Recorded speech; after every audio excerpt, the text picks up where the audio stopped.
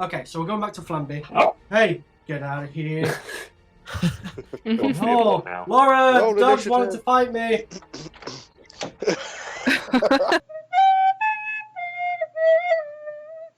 Session number 7. The party discovered that their former room was now being occupied by a Randy Duke and some half-elves, and decided to question Rudy under these circumstances. He revealed that he and Orville had travelled to Keelhaum, where Orville had acquired certain items to be sold onto Shango. Satisfied with their answers, they went to return Rudy, only to be confronted by guards and Orville himself. Narrowly avoiding a hefty fine and jail time, the party returned Rudy and agreed to purchase a new door to replace Orville's. That night at the winding markets, the party managed to purchase some new clothes, weapons, and food from Breadman. They then came across the two scoundrels who had stolen their carrots and fooled Edmund the day before. Setting themselves up to ambush them, Edmund and Olin took the lead to get their carrots back. However, the scoundrels had managed to procure their own trader's permit, meaning all evidence pointed to them being the honest sellers of the carrots. Meanwhile, Gragnar was set upon by the angry half-orc who posed as his brother. All at once, guards attended to the half-orc fight and the rambunctious Edmund at the same time. Edmund managed to get a ball kick into the crotch of one scoundrel, who eventually ran off in the direction of his compatriot. The half-orc was also taken away. The party managed to get a carpenter to part with a leftover door, which they sent off to be installed by the carpenter's apprentice. Before that, Archie the bounty hunter spotted the gang and reminded them that he would be glad for some help with one of his bounties, and would also offer help to them if they wanted. The party told the guards at the gate they would be making their way to Darton from Flamby, and left the city to head to Keelhaum instead. As they left, the city seemed to come alive behind them with noise. On the way, the party were attacked by a pack of wolves, who seemed to have wounds suggesting they were long dead before they attacked. As they headed closer to Keelhaum, day and night seemed to blend, and they found themselves in thick fog and a twilight darkness. Surrounded by broken walls and buildings, the gang found themselves surrounded by undead and swiftly took down the creatures plaguing the village. They found that 3 of the corpses they killed resembled an elf, a human, and a dwarf. But what other mysteries lay in wait in the abandoned village of Keelhaum? So we're jumping straight back in. So you can all assume for now that combat has ended. But what would we like to do? There's still some of the village to explore. You've just come out of combat. What would we like to do? I'd quite like to explore some of the buildings that are near to myself. Have we inspected the bodies yet? Did we do that last? You inspected the bodies last time, and yeah, you. Okay, cool. If you recall, so one is a half elf, one is a dwarf, one is a human, and you assumed it to be the party that was mentioned by Idus Moran in his diary. Mm. Yes, perfect. This pit that Gragnar and Olin are in, is Yes. that like has that like got a lot of bodies in, or what kind of pit is it? Make an investigation check. Okie doke. 9. 9. Taking a look around, yeah, you see the bodies that were there, and you assume that those bodies must have been thrown in there and possibly reanimated there, but whether there were any other bodies there, you're not sure. Okie doke, thank you. All of these buildings, are they all ruins, or are they actual buildings? Make an make a perception check. Perception check, okay. That will be a natural 20, but 23 actually. Yeah, so looking around, this village has been abandoned for a long time. The buildings are surprisingly, a lot of them are more intact than you thought. For example, if you were to come across this village innocently, you'd assume it would be a good place to set camp and gain some shelter. Some of the buildings, as for example, the one in the bottom left, they're completely decrepit. They're just like the walls, and everything's too precarious. If you just stay there, you'd be worried about a wall falling on you in the night. But from what you can tell, It's weathered. It doesn't look like it's been subject to anything too extreme, but it looks like it's definitely been subject to an age of being abandoned. Okay.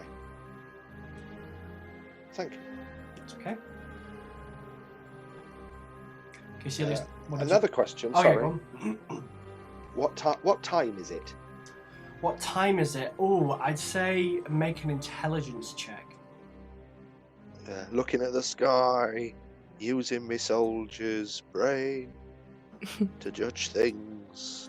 That will be an 11. An 11. You think, based on when you guys have been falling asleep and waking up, you assume it's probably nearer to when it starts getting dark, but you can't be 100% certain given how odd the weather seems to be around here. Okay, having kind of looked at the sky, Edmund turns to the party and says, look, we've just had quite a scuffle. It might be we've got a solid building here, easily defensible. This might be a good place for a rest. Make camp for the evening. Push on after a rest. Yep, sounds good. Yeah, I think we'll scout out the rest of the village, make sure there's nothing else. Aye. Ready to pounce on us while we rest up. Yeah, sure. Yeah, sounds good.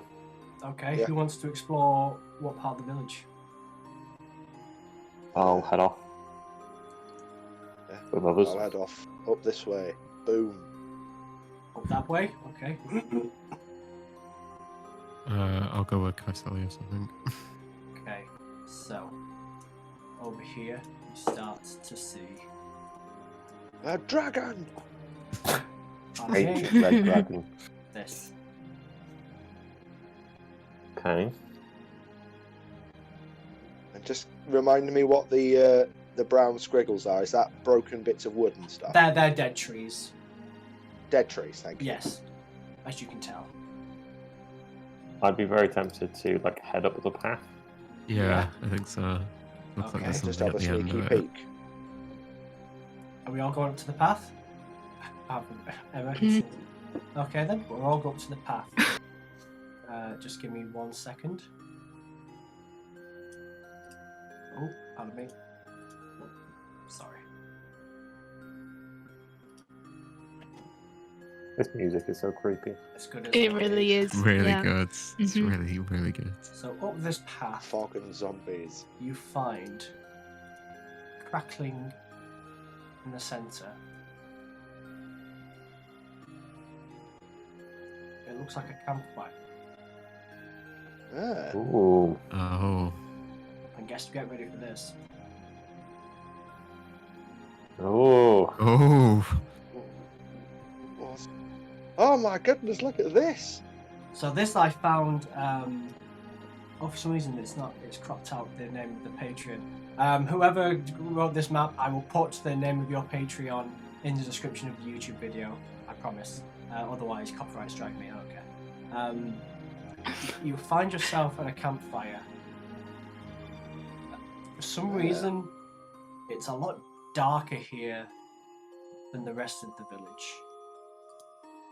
Even though you've only been walking for a few more minutes, you think, how could it have got so dark so quickly? On the far side, sat on a log, staring straight into the fire, is a morose-looking gentleman. He has armour quite similar to what Gragnar's wearing, quite thick, quite bulky, a bit of chainmail. It's made of some kind of dark metal. By his side is a great axe, which is just lying lazily along with a bedroll and his belongings.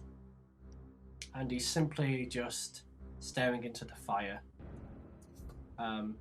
seemingly passing the time. He doesn't seem to have acknowledged any of your presence. Okay, I'd walk up to him. Yeah, I will also walk up to him. Okay.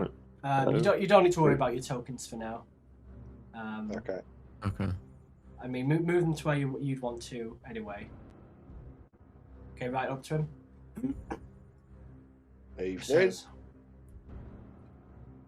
Visitors to these parts are rare. Rarer still are visitors who, are breathing.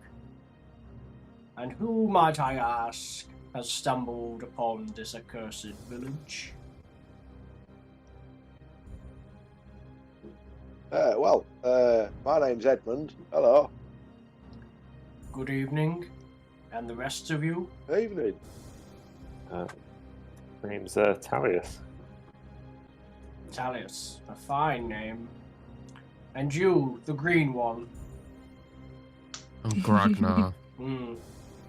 And the two ladies in the shadows. Yes, I can see you. Your names? I'm Olin. And I'm Ilya. Ilya and Olin. Half-elves, I see. Well, you're not the first bunch of, let's say, mixed company to come this way. Yeah, I think we met them just back down the road a few moments ago. Mm. I'm sure you did. What happened to them? Did you do that? I'm afraid that those adventurers, you might call them, fell, befouled, were killed by some of the creatures haunting this village. Right. Is there any more you can tell us about that?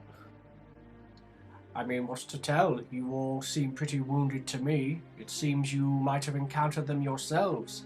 Tell me, did any of you feel close to death? Oh no, I don't think anyone's close to death. You know, you've got the goddess who are looking out for them. I mean, we're like halfway there. Yeah, I'd say I'm about half dead. Yeah, I'm fine. And he says, and then coughs. Just a little bit of blood comes out the corner of his mouth. I'm fine. He laughs a bit sarcastically and says, the goddess, eh? I wonder what gods they prayed to. Didn't do them much good. Well, maybe their faith wasn't strong enough. Maybe. Or maybe those creatures' bite were too tough. Aye. Fair point. Aye. And what god do you follow? He kind of looks at you, Gragnar, and he says, I sense you're a man of faith too, no? I am. So tell me, your faith, to what end do you follow it? What do you hope to gain from your deity? I hope to help people and use my god's influence to my own means as well. I like the second part. Using a god to your own means. That's a philosophy I can understand. But your first sentence, to help people.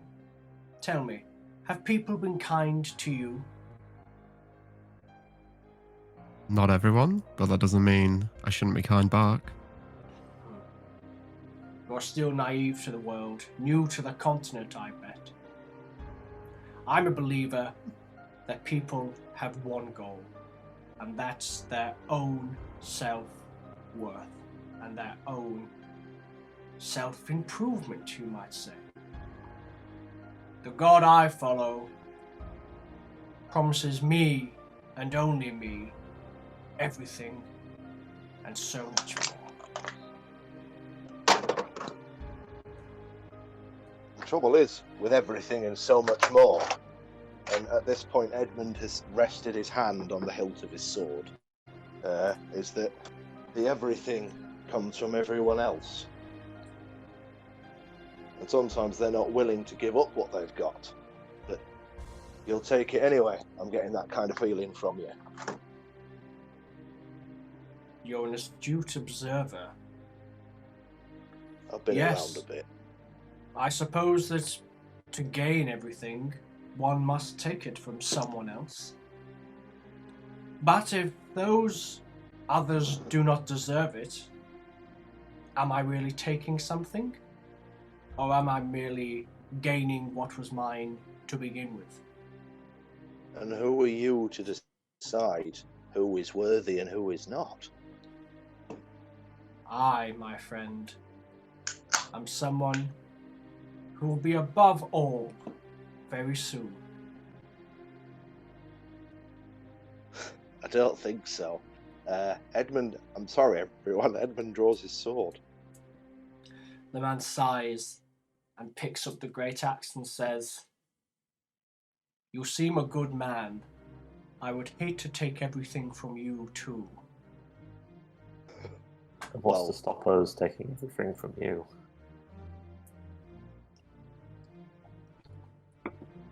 He says, "Only me and my faith."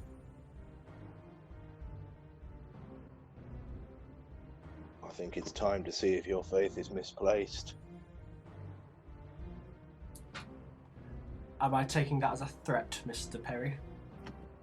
I think that's Edmund swinging his sword at the evil man. Okay, roll to hit. I'll allow you to roll to hit and then we will roll initiative. Excellent.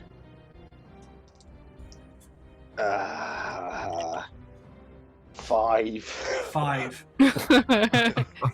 He's like effortlessly stands to one side as your sword swishes by. Everybody roll initiative.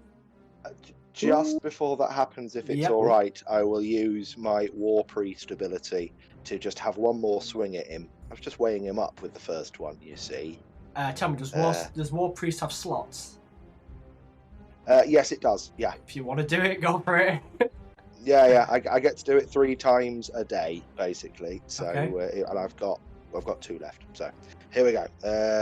Oh my God, that's 2 crit fails in a row. Okay, this isn't happening. Good start to the evening. Sorry, everybody. He effortlessly steps in the other direction. So, Keelhaum, you got a 10. Yeah, let's roll some initiative, baby. Oh, right, okay. Oh, that's terrible. That's absolutely terrible. He's right down there. Just to hear. I finally rolled something not a 1, everyone. Go on. So my thing has improved. It's not with a crit, Stu, so Yeah. 14, did you say, Stu? Yeah, 14, yes. 14, wonderful. I'm hoping that's my crit fails out of the way for the evening. Let's hope. Sam? 2 in a row. 15. 15, very good. Ariel? 16. 16, and Emma? 11. 11. Okay, so I'll fit you in there. Okay, so Ariel, do you want to go first? Yep, I'm going to stab him. Stab him? With my Yeah. rapier. Okay, where do you want to move to? Oh yeah, am I close enough? Oh yeah, I'll 5, just 10. Yeah, right with okay, him. perfect. Go for it. Yep. 24. 24, yes, that Oh, hits. nice. Yep. 9 damage. 9 damage, very good. So yeah, Yeah, and then I'm gonna disengage disengage as my bonus action. Oh, nice. Okay. Which So that means what? That means if you move away, that okay, yeah, perfect, yeah, fine. Yeah, it means he doesn't get an attack of opportunity. Yeah. Mhm. I'm just checking this guy's stuff. What's he got?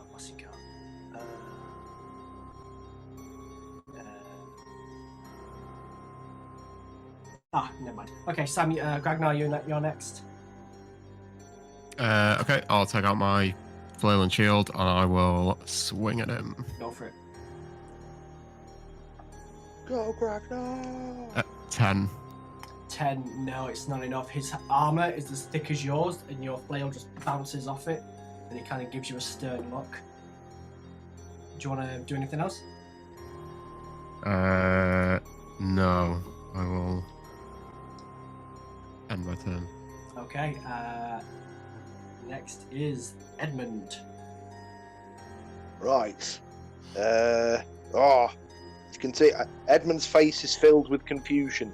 Should he hold back and in case anyone gets hurt, or should he just give everyone help now? I'll be cautious, and he will just attack. So longsword swings, and That will be a 13. Does not hit. So what? Okay. He takes a step, but this time it just nearly grazes him, and it looks a bit alarmed. Looks like you're getting used to trying to hit him. Mm-hmm. What next? And that will actually no, that will be the end of my turn.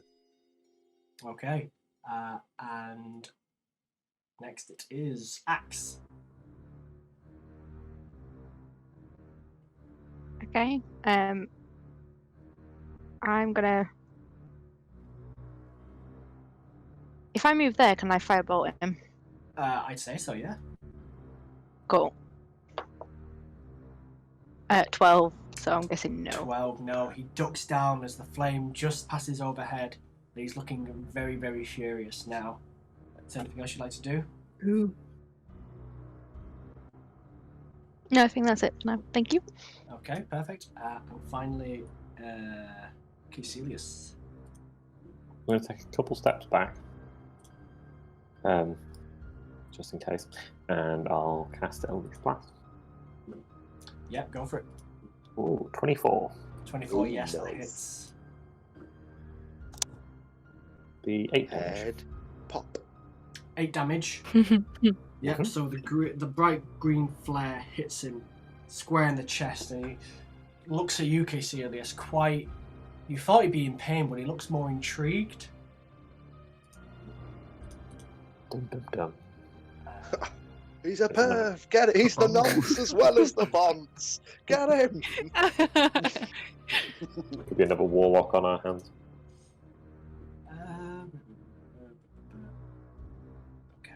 Okay.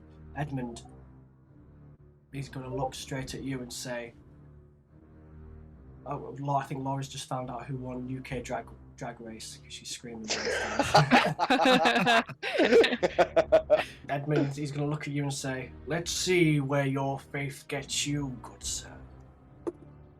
Oh, not far enough, I don't think. That's a 12.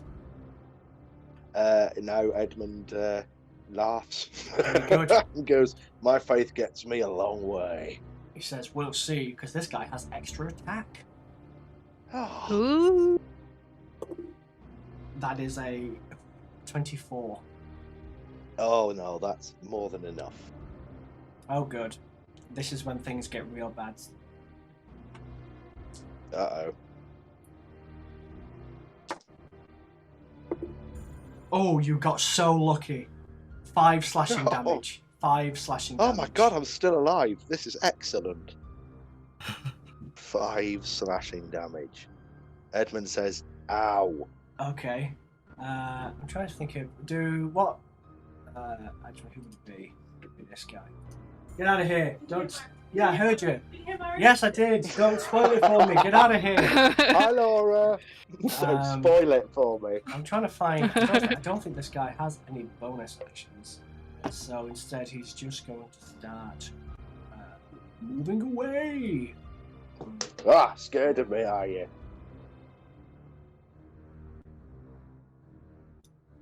There we go. Ooh. We get to hit him then. Ah, crap, yeah, you do.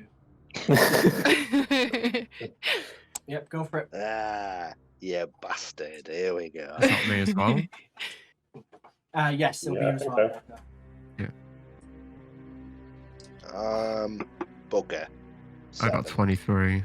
Oh, good work, 7, okay, Ragnar. Ragnar, yep, roll for damage. 5. 5. Yep, so you manage to just knock him on the back before he goes. He grimaces and looks back at you with When rage. When I hit him, Yeah. can I hit him with Divine Smite? Oh, let's have a look. Yeah, you can. Divine Smite, where is that? When you hit a melee weapon attack, you can expend 1 spell slot to deal 2d8 radiant damage to the target. Yes. Plus 1d8 for each. Yeah, you can. Go for it. I'll do that on here. 16. That'd be nice. 2 8s. I'll just roll 2 individually. Okay. Oh, cool. I can do that. Awesome. 9. 9. Okay, yeah. So the damage that he gets, this radiant damage, really pisses him off. really pisses him off. Good. Okay, now it is Olin's turn. I'm gonna chase after him. So 1. Does that count? That's still on the path, right? I Yeah. can go diagonal. Yeah. Then I'll try and stab him again. Yep, go for it. 15. No, it is not enough to hit. Boo. Okay, I'll use disengage as a bonus action. Yep, go for it. Luna the dog has just entered the room. She's smelling things. Actually, maybe I'll go this way. Okay, yeah, good idea. Sorry, so next it is Gregnar. Okay, I will run towards him. Yeah, 5, 10, 15, 20, 25, 30, and swing at him again. Yep, go for it. 21. Oh, yeah, that hits. Oh, only 4 damage though. 4, yep. Yeah, so he's getting a lot of beat downs from you guys. Next it is Edmund. And Edmund goes, "Rah!" running in, screams for Kirith Mal, and swings his sword. And gets a natural 20. 24. No. nice. Go on. Okay, can I make it? It's double damage, isn't it? So, that is going to be 8 damage. 8. You Yeah. finally managed to aim true and strike him pretty severely. He's looking absolutely furious, staring at you and he says, "If I die, that will be exactly where I want to go." And Edmund says, "Well, it's always nice to be friendly." And then I use my last war preach to swing at him again. No, you've not got a no war, please. And he has as well. Okay, go for it. And I'm going to channel divinity to add 10 to the roll, so I end up with getting a 17. Hold on. Where's Channel Divinity? It's my war. It basically, as a war cleric, I can either turn undead or I can give myself a +10 before you tell me whether or not my roll is successful. I can only do it once a day, but once every short rest. But I haven't done it yet today. You can use Channel Divinity. Yes, you can. Okay, so that's how much would you say? It's a 17. Okay, yep. Roll for damage. Oh yes! I didn't know if I was like, is it 18? Is it 16?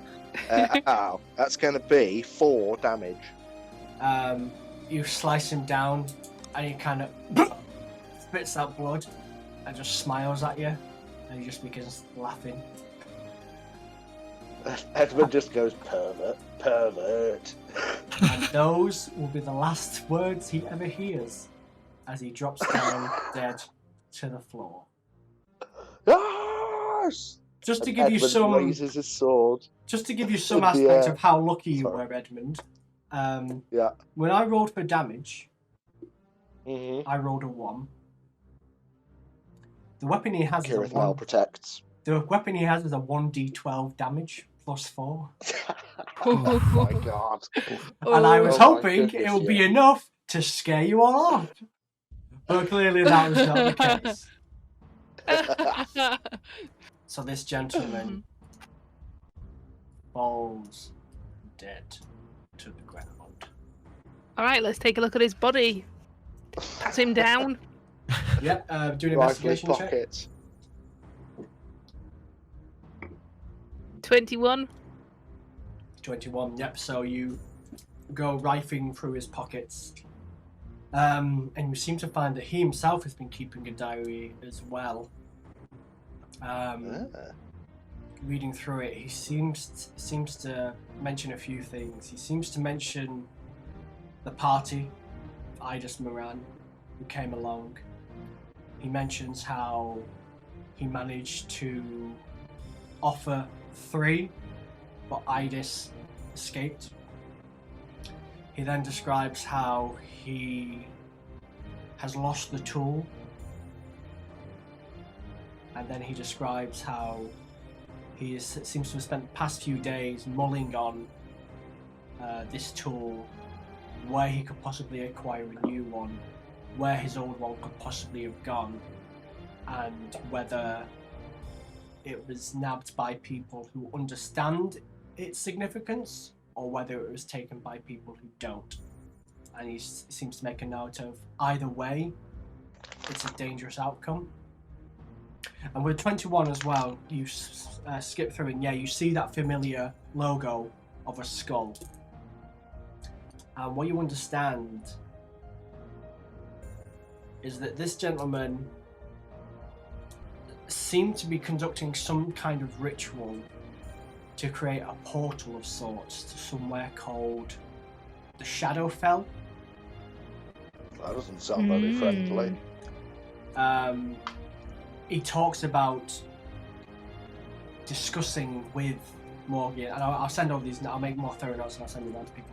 He discusses talking with the god Morgan and being promised power and a high seat on a throne in this new realm once the portal is complete. But the only way to do that is with the tool. The tool, it seems, is called the Thorn of Morgan. The what? The Thorn of Morgan. Thorn? Thorn. Yes, like you get on a rose. Nice. Is he talking about the stuff that Orville and Rudy got? That's what I was thinking. Have they taken? So we need to find out if one of what's it called? The Thorn, something Thorn shaped. So as you read into more detail about it, the reason it's dangerous in the hands of a follower and a non-follower, he says, whoever wields it may not even be aware they possess it. Only a true follower of Morgan may keep their lucidity in possession of the tool. Oh, what? So the thing controls someone unless they're a true follower, in which case they can control the thing. That sounds like an evil thing that needs destroying. Yeah, Rudy was pretty unaware of what they took. He just said, like, pretty much cultist bits, so they could have quite easily taken it. And because the other chap said that there was a fresh shipment coming, didn't he? I remember you saying. Yeah. Or one of you. Did you tell us that? Sorry. We told you what we chatted with Django. My God, I thought I'd metagamed. I'm so sorry. There was also a commotion when we were leaving the city, wasn't there? I wonder if that's potentially related to this. Oh God, we're going to get back and the whole city is dead. What proof did Archie want of this bounty? Because we think this is the man they were after. Sounds like it. He didn't say. I think I guess this guy's head may be a bit much, but Nah, do it. To be fair, it's the best proof, isn't it? yeah. Yeah. Does What's his weapon like? Yeah, Is his weapon kind of spoils of war? Oh, I forgot about his weapon. I'll say with the investigation check you made, it's a great axe. It's a two-handed great axe. There doesn't seem to be anything too special about it. It seems to be decorated so that it's completely black, fitting in with his armor. But other than that, it just seems to be a regular great axe as far as you're aware. Well, maybe we could take that. We could take the great axe and maybe a lock of his hair. Honestly, I mean, it's gruesome, but honestly, if we're going to claim a bounty, you want the head, don't you? Then there's no arguing. Okay, So, sure. don't worry. If you're happy to carry it. I'll do it, yeah. Pass me his axe. It seems justice that I cut his head off with his own axe. Okay. Yeah, that's fair. I'm just going to stand back. Very poetic. Out of morbid curiosity, I stand closer. I want to stand there. Okay. I'll call down for you in 20 minutes, and if you're not here, I will call. So, Gragnar, how are you liking all the people on the continent then? Yeah, You're having friendly fun? bunch, Yeah, aren't we? it's an interesting continent. Yeah, Stuart. they're weirdos, aren't they? Friendly Was this guy a people. human, by the way? Yeah, yes, he was a human. Stuart, Oh, yeah, can I yeah. just check martial weapons you're proficient with? Okay, so yeah. All so martial weapons. So you can wield the great axe.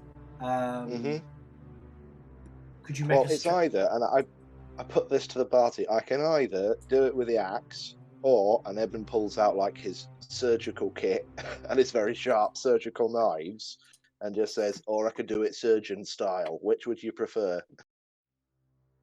Go for the axe. The axe is Yeah. fine. Yeah. I think we could be here for a while if you were All right. surgically removing the head. Casilius, I bet you a gold I can do it in one hit. Come on, Matt. Take that bet. A gold, okay. Alright, here we go then. Make a strength check. Strength check. Come on, Edmund. I cast guidance on myself. What, can you do that again? I don't think I can. I don't no. think you can. 6. 6. Oh, it's halfway Yeah, through. it's I'm gonna get a a great gold axe is very picture. heavy, and again, so you manage to put it behind you so you can take a big swing. Yeah. You can't manage to lift it just above your head. It just Yeah. Pull your bouncing you back. backwards. Oh, God. I'm just gonna Elbow walk. wound. I'm just gonna walk over and say, "Let me do it." Okay, Wow, yeah. Gragnar. Gragnar, make a strength check. I've said it before. Oh, I'll actually, say it again. Just been You're talking a about good those lad. weird humans. Yep, Gragnar 14. can use martial. 14? Yes. Yeah. Gragnar takes a big swing and head comes clean off. I hand out my hammer Edmund. to Edmund. Edmund tosses a gold to Casilius. Cute. Very good, okay, so you have the head. That was pretty impressive, Um, Ragnar. Well done. You tie it Good. to your belt, Oh. Ragnar. It's kind of I thought it's a kind of the orc pastiche, innit? Having heads on your belt. I guess I will Can you tie say it that, to my. Edmund? Can I tie it to my backpack? Yeah, I'd say the guy's got Yeah. quite long hair, so you could probably tell. Okay, cool. Uh, I'm gonna Loads tie of his head to my hobos on the backpack. loose. I'm just gonna write this down in my notes. Gragnar ties his hair to his backpack. Yep. Perfect. Do we want Is to the put one- it in like a bag or something? Kind of. Did we even get his name? No. I don't know if it's the Wow. right person. We're just Straight to assuming. death. Yep. Oh, come on. He was monologuing in such an evil fashion. There was no way Oh, that this wasn't the chap we were looking for. Mm. Plus the diary. Mm. It's alright, the diary. Now then, first this page. black you armour say, my that he's diary. wearing. Say again? this black armour that he's wearing, Yes. is it, what type of armour is it? Is it better than mine? What's your armor class? 16. Is it? Why, I'm why's your wearing armor? scale mail. Why's Chain mail, Why sorry. is your armor 18 on D&D Beyond? Because I've got a shield, which is +2 to Oh, my AC. 16, and his armor's not better than yours. It's not Is good, it? What no. kind of armor is it? Let me double check. He is wearing chain. So yeah, it's like a black chainmail. Ooh. Emma, is that any good for axe? I would have thought so. Do you want it? Black would look good on you. Yeah, we could take the armor and the axe to Django. Oh, Just well, leave tell you this what, beheaded naked body. Yeah, I was There's thinking, a fire yeah. behind us. We could you just, know, priest of the war god. Maybe I should have the black chainmail, and then axe, you can have me silver chainmail. Silver's good on a lady. Sure. Yeah, but axe needs to blend into the shadows sometimes. So... That is true. Oh, very good point. But this stuff clinks. You wear this, you're not going to be able to hide very well. I can tell you. Look how well I hid last time we had to hide anywhere. Yeah. But yeah, easy. But maybe if it's black, it'll be easier to do. All right, yeah, you take it, love. Help yourself. Edmund kind of gestures towards the corpse. Help yourself. Yep. we burn the body? Nah, just leave it. Ah, he's like bad. Let the birds have him. Then at least he'll have served some purpose in his life. Fair. Okay. I feel like we should burn it just in case there's any like weird undead stuff going on. Oh, if he's zombifies. Very good point, Fair actually. point, fair point. That is fair. Bring him over to the fire. Okay, yeah. Make a strength check to drag him Oh, over. God. We might as well use this as our campfire as well, just cook marshmallows while he's burning. Marshmallows, anyone? Oh, yes. Roasted carrots. Yeah. Marshmallow tastes like pork for some reason.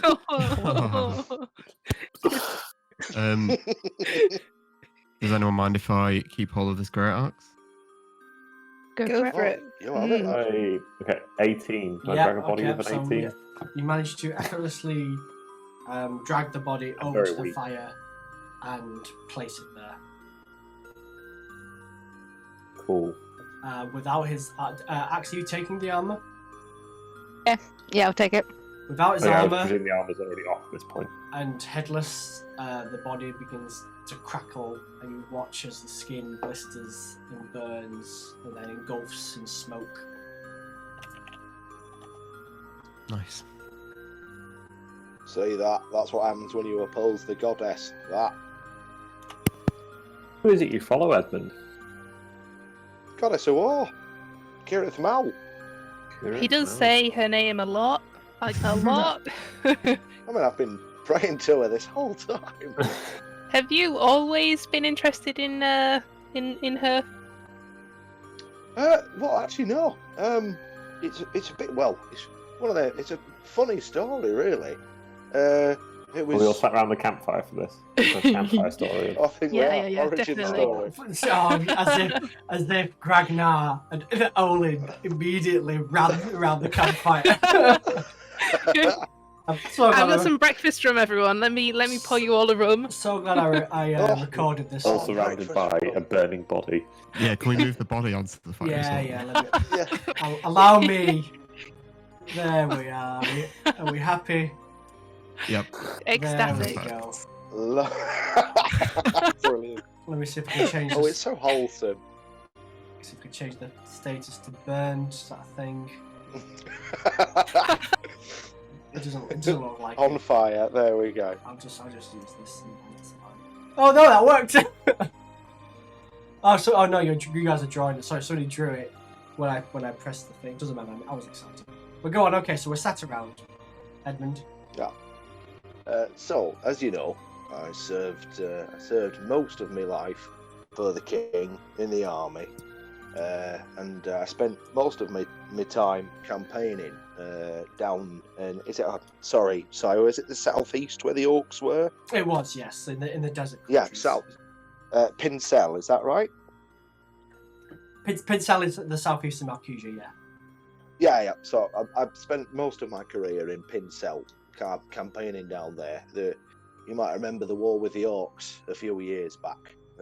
My kind of section of the army, that's where we were posted. Spent most of my life fighting them. In the last few days, the orcs overran us, and it was a slaughter. Everyone died. Everyone. I was the medic. I mean, still a fighting soldier, but you know, it was my job to patch the lads up at the end of the day, the ones that could be patched up. But after that final attack, no one was left. I wandered the battlefield, searching for the one friend I had left, a man named Ivor Swift, and I found him, stabbed dozens of times, and I held him in my arms, and something just happened. I snapped. I screamed "live" at him, and he was alive again. I brought him back from the dead,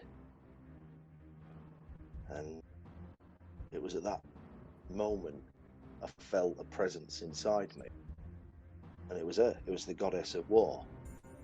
She'd given me the ability to do this, and I still, to this day, years later, do not know why.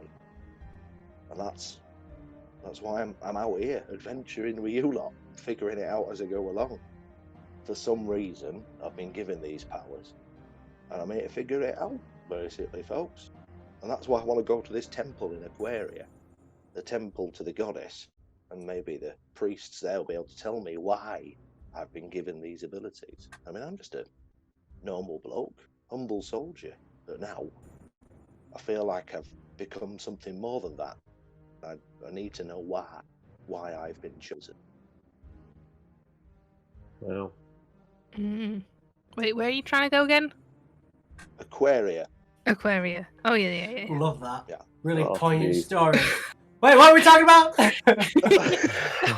I just wanted to get it in my notes.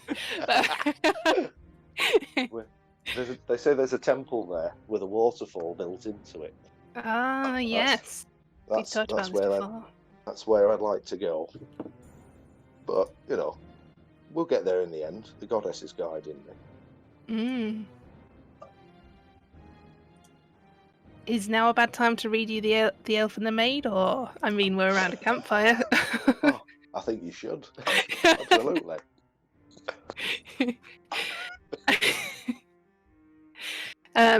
Yeah.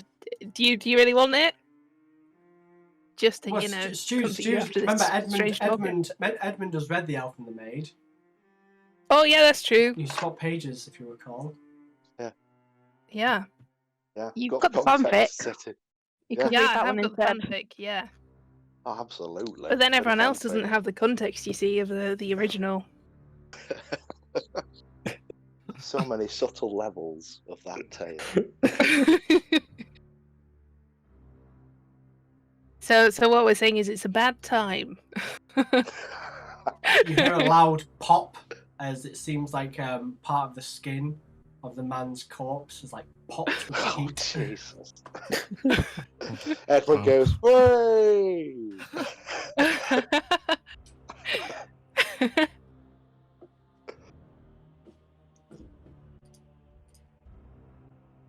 So yeah, cool story, Edmund. No worries, you know. I love a bit of story time. Yeah, no, thank sounds you for kind of sharing. traumatic. So where's your friend Ivor now? Well, after he was brought back to life, he freaked out a bit. That's pretty fair. Yeah, it was one of those, we kind of, couple of years, retired. You know, he was never quite the same after I brought him back. And eventually, our friendship kind of soured. I think I reminded him of everything that had happened, so we kind of just drifted apart. As far as I know, he's safe and back in, where is it?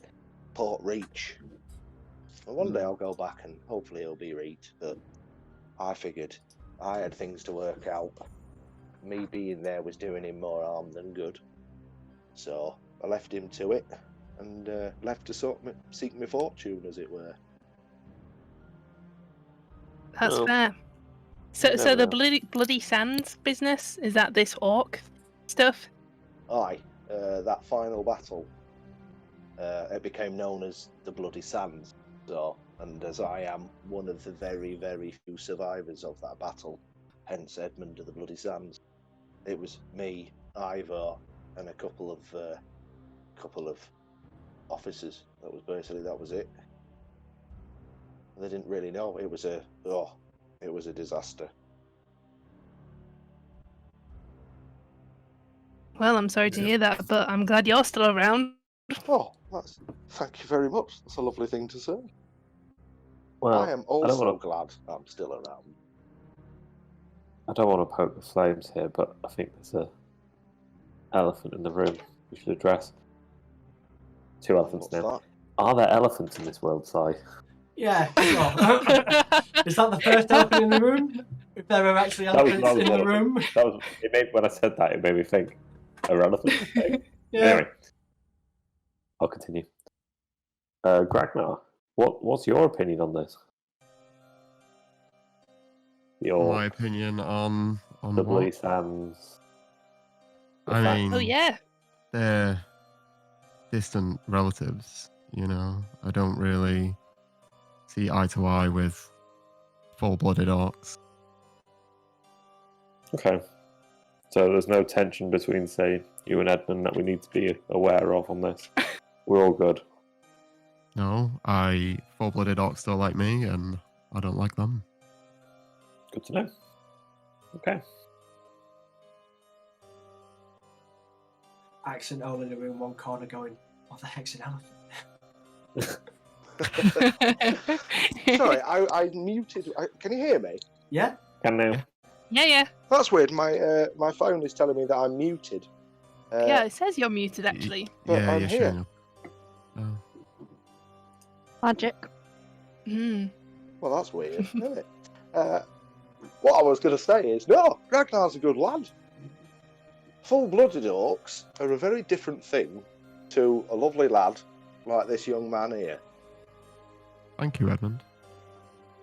My pleasure, young man. My pleasure. Bonding You're a by strong the arm. fireplace. The carcass. Absolutely. Now let's have some of that breakfast rum. She is. So, yep, we all Slurp. enjoy breakfast rum. What would we like to do? Probably get some kip. Yep. Yeah? Okay, Yeah, so I'd say yeah. sensible. Would anybody like to keep watch? Or, well, would you like to keep watch given the village? Oh, I think so, since there's zombies everywhere. Probably a good idea, wouldn't it? Yeah. Yeah. Okay, who Edmund says, I've got some pondering to do. I don't mind taking first watch. No worries. Give me a kick when you want to swap. Okay. You're a good lad. You don't think you are, but you are. Oh. Edmund, please make a perception check. I'm sorry for everything that's about to happen. Where's the perception gone? There we go. That will be a 23, nat 20. Very good. Okay. Nice. So as you gather around the campfire, the flames eventually die. The corpse is just a smouldering remainder of a skeleton now. And you notice that things begin to get lighter. Strange mist seems to dissipate, and what was a twilight becomes a more orange glow as the climate of Keelhaum seems to return back to normal.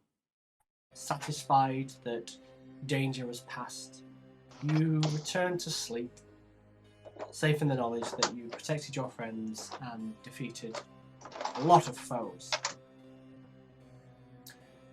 Caecilius, All in the name of the goddess. Yes. could you please go into the Caecilius and Ragnar chapter, please? Oh, okay. Oh, bloody hell. He's going to murder us in our sleep. Caecilius, Hello.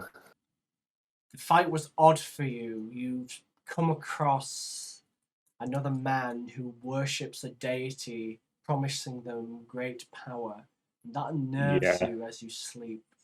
Your dreams become quite restless until a familiar, comforting, well-spoken voice breaks through and into your mind. Well, Aslan. Isn't this an intriguing turn of events?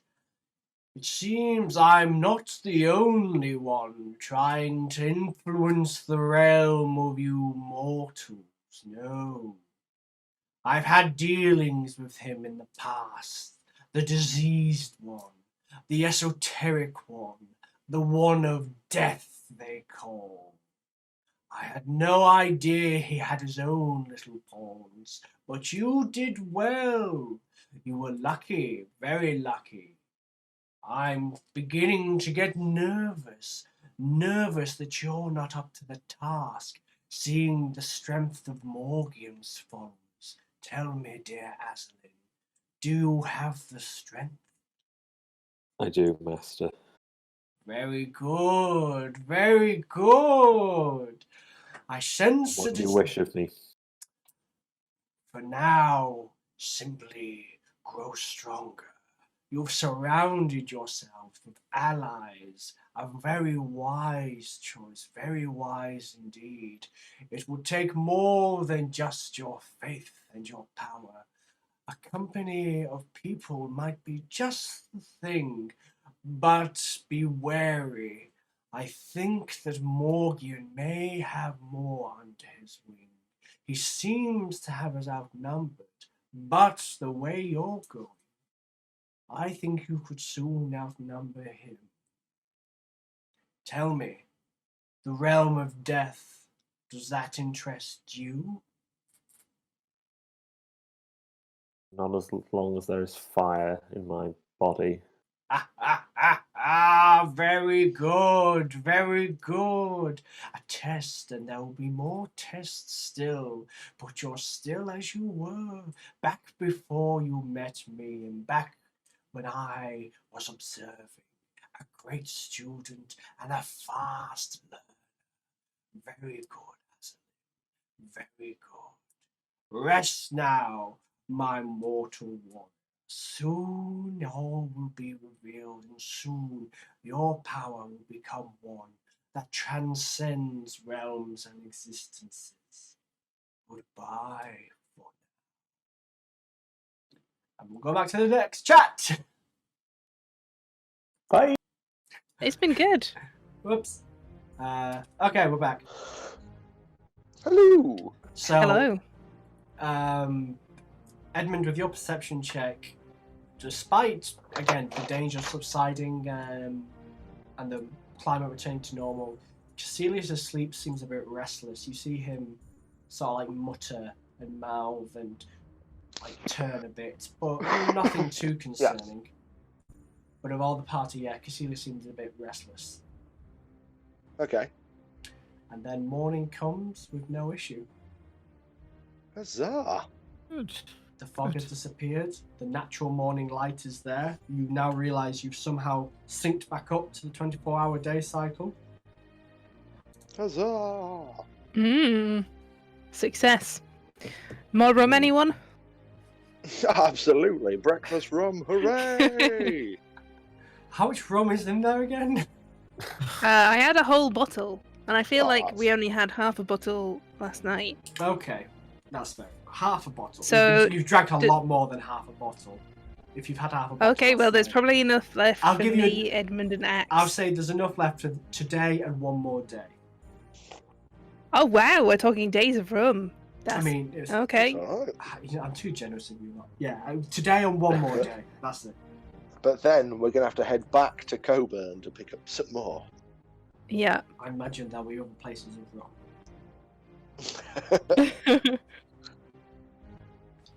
So what would did we need to come here for the murder investigation? Was there anything we needed to explore for that? Well, we think they're the items that Rudy and the other chap got. So, do we think that from this Thorn caused Rudy or Orville to kill Ida? Well, Orville doesn't seem 100% himself. Not that we knew him before. I think he may actually be in possession of the Thorn of Morgan. Yeah, because it's hard to imagine that the guy we met with his great axe would come all the way to Flamby just to kill Ida. Yeah, I don't think he. I think he'd have considered that beneath him, wouldn't he? He'd have had a minion do it. Yeah, absolutely.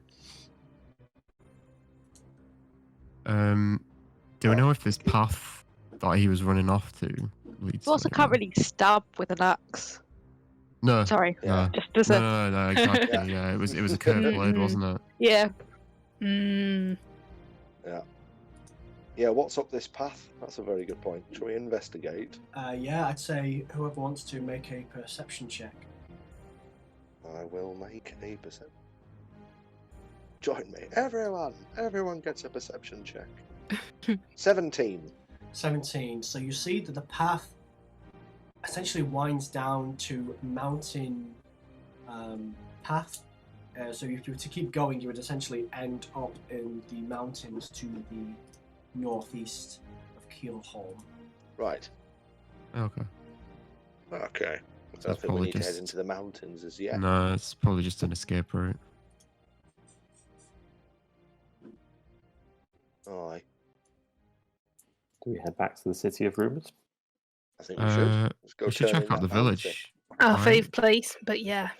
Yeah, let's check out Yeah. the village. See if there's anything Yeah, in the let's see village. what's happened Yeah, to that's it. true. Might be different seeing it in daylight. Oh yeah, Mm. so there was only a diary on his body before we burnt it, and his armor and stuff. No gold, No, it doesn't seem like he kept any gold on him. no money. Oh, royalty, eh? I guess he had no need for it. Hmm. So what's over here? What's over there? Let's take a look, shall we? So, alright.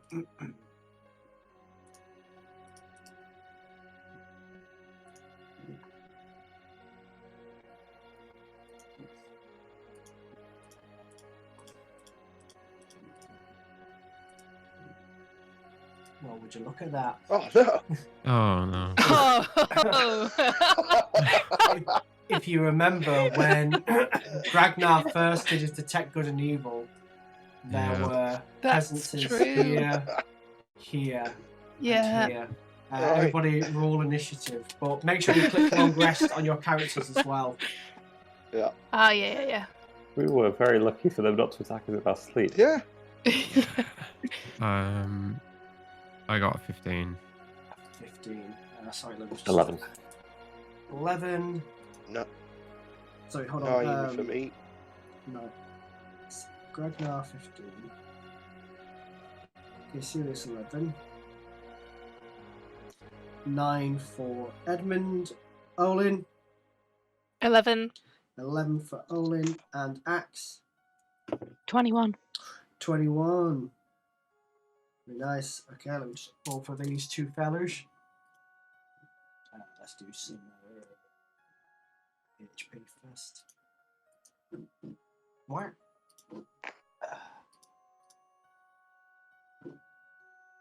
Oh, very good, very good. Okay, so the first one is. Oh, that's that much. On me, and he's got that much HP, and then this guy, he will be going. Oh, very good.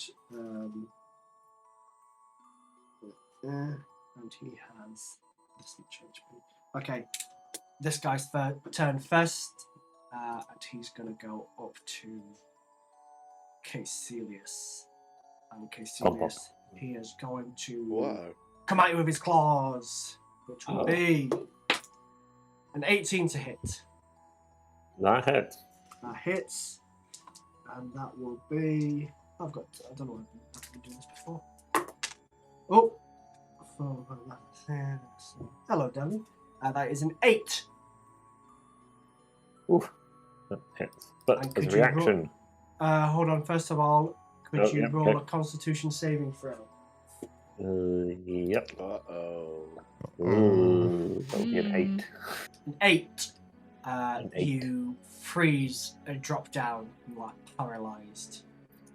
Oh no. Right, now what does paralysed mean? I can't You are do? incapacitated. You can't move or speak. You fail strength and dexterity saving throws.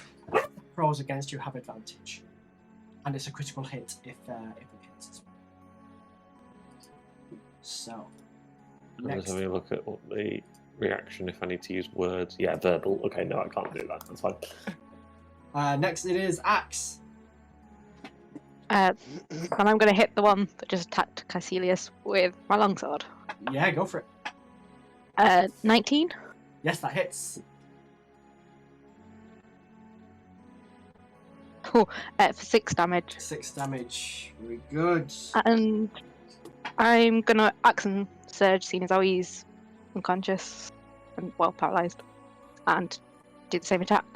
Go for it. Yeah. 9. 9 does not hit, unfortunately. So next we have Ragnar.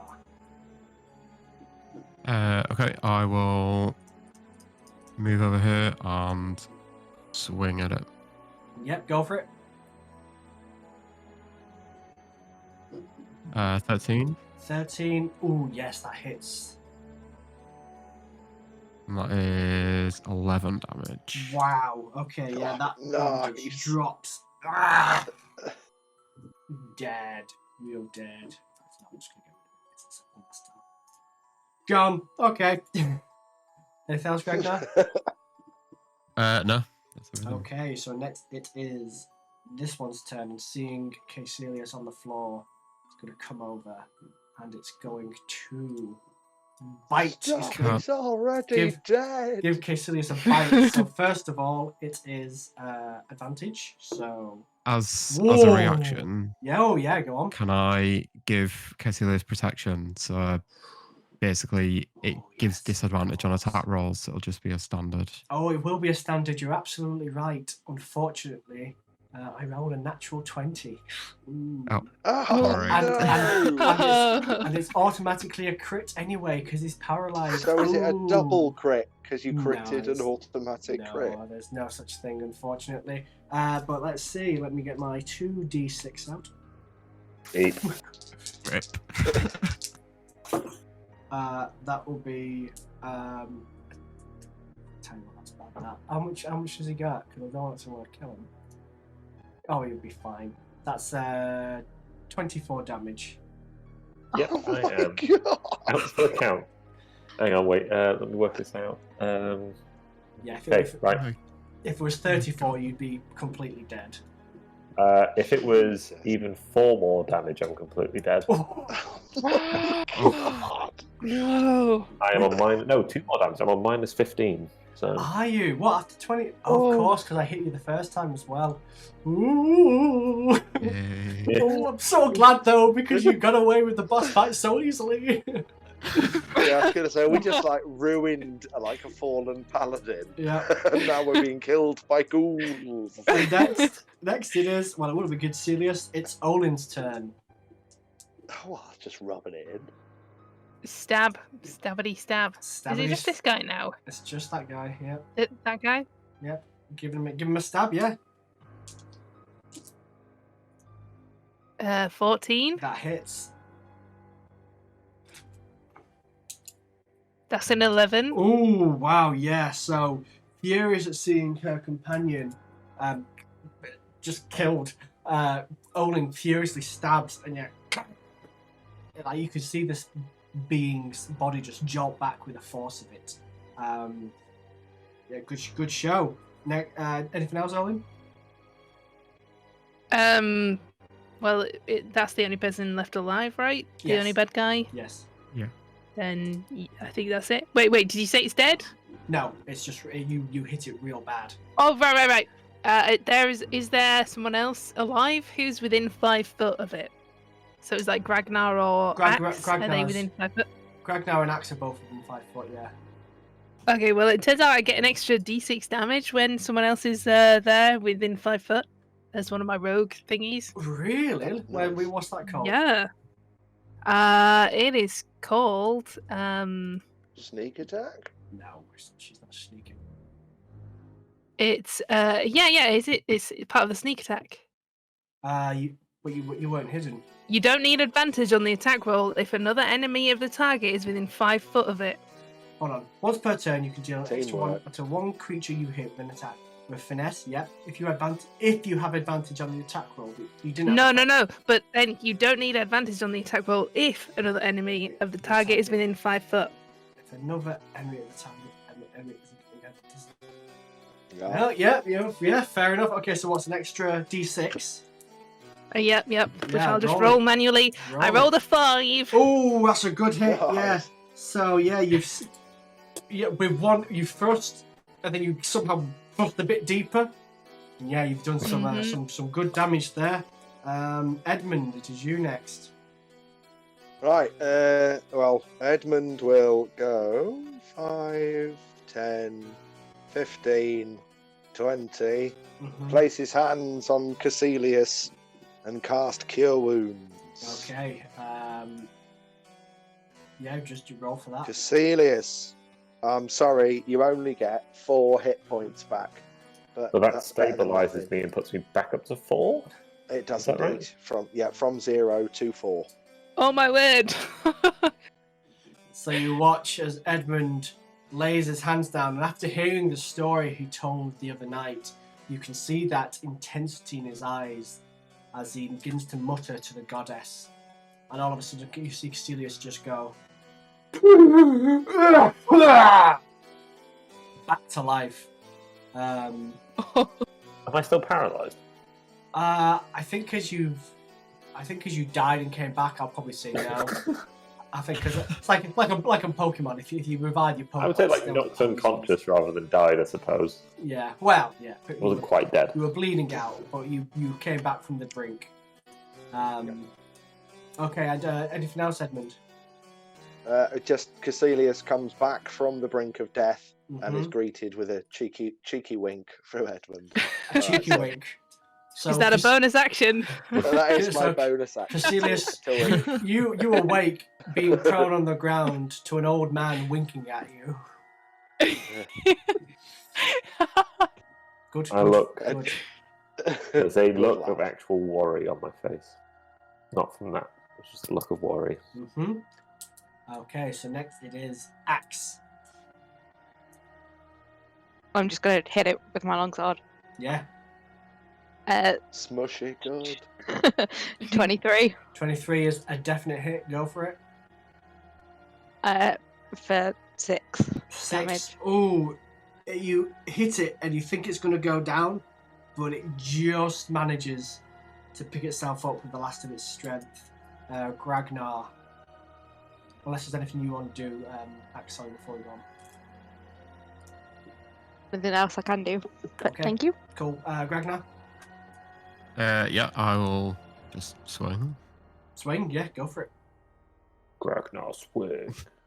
8. Oh no. When that creature ducked down in pain, your flail just missed the top of its head.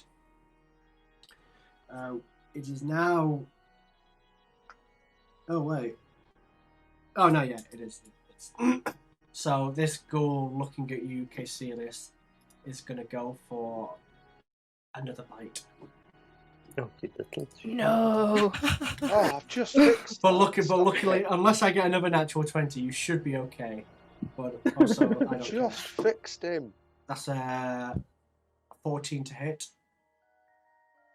My armor class is 14, so I think that does hit. That does hit, yep. So you see as the maw opens. Big drop. Ooh, that is 10 damage. He's down again. So you watch as Caecilius once again hits the floor and this ghoul tears a chunk of flesh out and begins to start munching on it. Oh no. And next it will be Olin. Stab. Again. Stabby, go for it. An attempt at stab. 15. That hits. A 10. A 10. That familiar feeling where you stab and the full weight of the body locks onto your rapier and just balances there, and you slice it out and it drops to the floor. It is dead. Okay, can I guess everyone's probably rushing over to Caecilius now? Yes. Can I make Oh, a you medicine guys. roll of some kind to help no, him? It's fine. Hang on. And I put my hand on his chest once more and cast Cure Wounds again. This time, Caecilius, you can have 11 hit points back. Oh. Very Aw. good. Okay, so I'm not Caecilius being once distracted again by a ghoul this time. comes back and you watch as the neck of Caecilius, which had a good chunk of meat taken out, you see the wound close up and heal. And Caecilius seems to be back to his normal self. So well done for beating the boss really easily and then getting killed by a ghoul. Random, uninspected ghouls. So what would we like to do now? And I'll say now that all the danger has been done, I tap Edmund on the shoulder, like, thank him. You are more than welcome. So yeah, the whole And I thing suppose is revealed. the goddess. Ooh. When you say that, Caecilius, you feel like a twinge in your head, like a really painful headache, but then it just Ooh. disappears almost Ooh. immediately. Ooh. Take 11 damage. What the goddess gives, the goddess takes, right? Something like that. Oof. So what would we like to do? Explore the shacks, old Yeah. houses. Yeah. I am going to sit by the side of one of these houses over here and rest. Yep. Because Very good. that was quite traumatic. Mm. Okay, I'd say if everybody makes a general investigation check.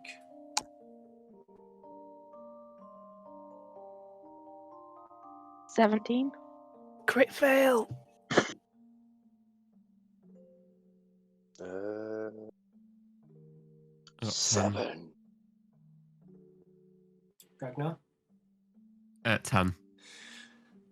So taking a look around, you can tell the village has been abandoned for a while. None of the houses seem to have anything of any value or of interest. Do you imagine perhaps Orville took everything that was worth anything on his trip? You can see evidence of where creatures have attacked you, but you're not sure whether it was these recent ones or the original creatures that are said to have made the village abandoned. You seem to see evidence of bones in some of these buildings that have been gnawed on, and given the behaviour of the ghoul that just tried to gnaw on Caecilius, you imagine that they themselves have set up home in these abandoned buildings to gnaw on whoever was unlucky enough to pass through Keelhaum. Unfortunately, not much of value in the village.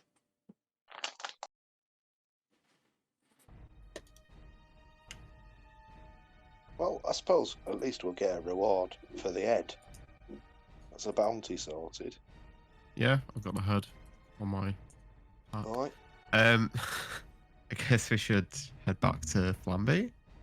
Yeah, Try and I don't find want to, but if there's some Archie. sort of evil artifact controlling someone, we probably need to sort that out, don't we? Yeah, I fear there might be stuff to sort in Flamby. Yeah, let's see Okay. what. I tell you See what, what it's happens. a good thing we paid for a crap door on Orville's house. At least we'll be able to break in, really. Ask them to give us a second key for the door before they fit it. Oh, we did, didn't we? I remember now.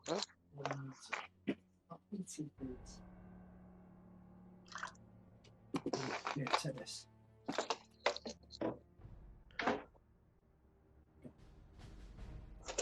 That's my tap, it's not me wailing. I'm just giving It's the very dog. forceful. I'm giving the dog one lessons.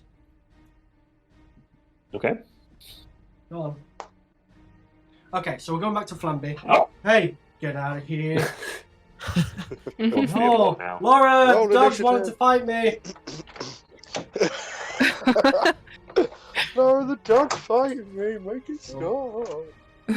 Okay, she's managed to take her out to close the door. Ugh, I should just start scratching. We'll see if she comes back. Yeah, sorry, no, the elf and the maid won't restore bonus HP. I'll say, yeah, you go back to the horses and they're looking pretty famished. Do we have any Okay. food for them? I I've didn't got like bring any a horse days of food. rations in my inventory. You did have No, because I think Olin, you took the rest of the carrots. Yeah, I'll donate a carrot. I think for does how that long mean the they've been- horses will be magical now? for how long they've been there, they'll probably need the rest of the carrots to make the journey back to no. Flamby. Mm-hmm. Is that okay? Yeah, yeah, that's Wow. fine. Genuine So disdain in your voice. Olin stands there contemplating whether it's worth getting rid of the rest of her fake magic carrots or taking an extra several days to get back to Flamby. We have other food as well, but yes, You know So- what? oh, For yeah? you guys, I will sacrifice my money-making carrots. Oh, she's... That's how much Olin cares. But in exchange, we get magic horses, so that's good, isn't it? Magic horses? Because the carrots are magic. So now the Uh, horses are. Now we've got magic horses. Yeah. Olin completely understood what you meant. Logical, isn't it? Praise the goddess. Yep, Praise yep. Out of character here, does Edmund think the carrots are magical? I think he's starting to think they are because everyone keeps telling him they are. I will say, He's a simple man. Get out of He's a here. simple man. I will say none of you have any reason to believe these carrots are magical. I know. Okay, I said. I mean, Go on. I was just going to say, we've seen a lot of people have boosted self-confidence and strength after eating them. Remember that scene in Space Jam where Bugs gives the team magic water? Yes. That's exactly what you guys have done. Placebo carrots. This is the bio The irony beans. is Edmund doesn't like carrots.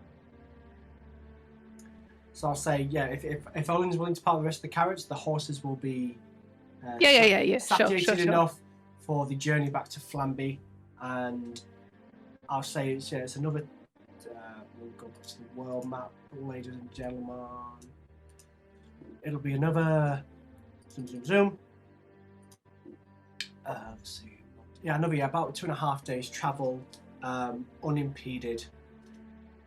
You notice now that the weather behind you, that black cloud that you saw when you were first travelling from Coburn, has now disappeared. The mountains are back to normal. You can now see the peaks of these mountains in the distance. This area is clear, I do declare.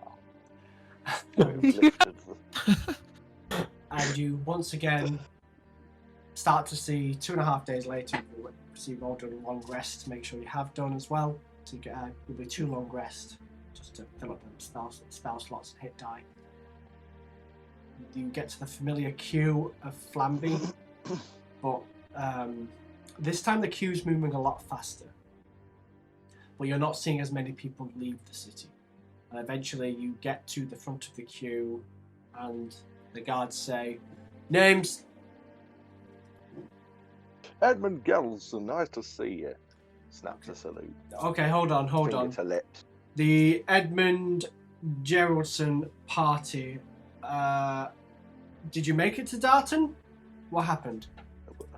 No, we fell. We fell into a village that was a terrible fog on it, and then we sorted out this evil paladin for a bounty contract, and now we're back to claim our reward. You guys went up to Keelhaum. Yeah, we went the wrong way. We got lost. There was a fog. Oh right. Make a persuasion check. Edmund, what is your alignment? Chaotic good. Here we go. Persuasion +0. We're living the dream. 14. I'm very persuasive today. 14. They look at you and say, "Well, we've heard rumours, Mr. Geraldson, but not that you were that bad with directions." Well, Oh, you said the paladin, you defeated him. We found Right. this. Pun? There We'll he show is, him the look. head. yeah, there he is. Look. He kind of goes, "Oh my, okay, yeah, wow." Right, well, Do we need a permit for what? for the head? I don't think so. What is it? Look, guys, I've got some good news and I've got some bad news. Which do you want first? Bad news. Yeah, bad news. The bad news is, well, while your party's been away from the city, there's been 2 more murders within the walls of my Flamby. God. At least you don't Flamby. think it sounds. But What's yeah, that's true. That's true. Yeah. What did you say, Everyone Sirius? At least you won't think it does. Well, that's the good news. Anyone who's not been present in the city for the past few days has been cleared of suspicion. Ah, Uh, Who was murdered? the guard looks to the other, and you notice the guards all look very solemn. And they say, well, there was a young lady who was murdered the first night that you left. And then I'm afraid Mr. Orville was found dead last night as well. My Oh. How's is Rudy okay though? They look at each other. Axe. They look at each other and say, Whoa. "Yeah, I was going to say, of course, Axe wants to know if Rudy's okay." I meant more because we terrified him before we left. Nothing else. What a way for him to live, terrified, and then his master dies. Unless he's Wow. the murderer. Oh Poor my guy. God, Rudy's the murderer. Rudy's Oh my word. Yeah. Right, let's go kill Rudy. What a twist. Just in case. Judge, jury, executioner, we've decided Rudy is the murderer. We do have Rudy currently in custody for questioning, but the boy hasn't said a word. We're his friends. He'll speak to us. He says, "Look, guys, that's not for me to decide. Find the investigator, whoever's in charge of the investigation inside. I'll let you guys through for now. I'm guessing you're not selling anything this time round?" No. Fresh out of No. carrots. Aye, they sold like hotcakes, they did. Fine. Where do we claim the paladin's bounty? Archie, I reckon. Oh Let's no, say- he'll want to claim it himself. Yeah.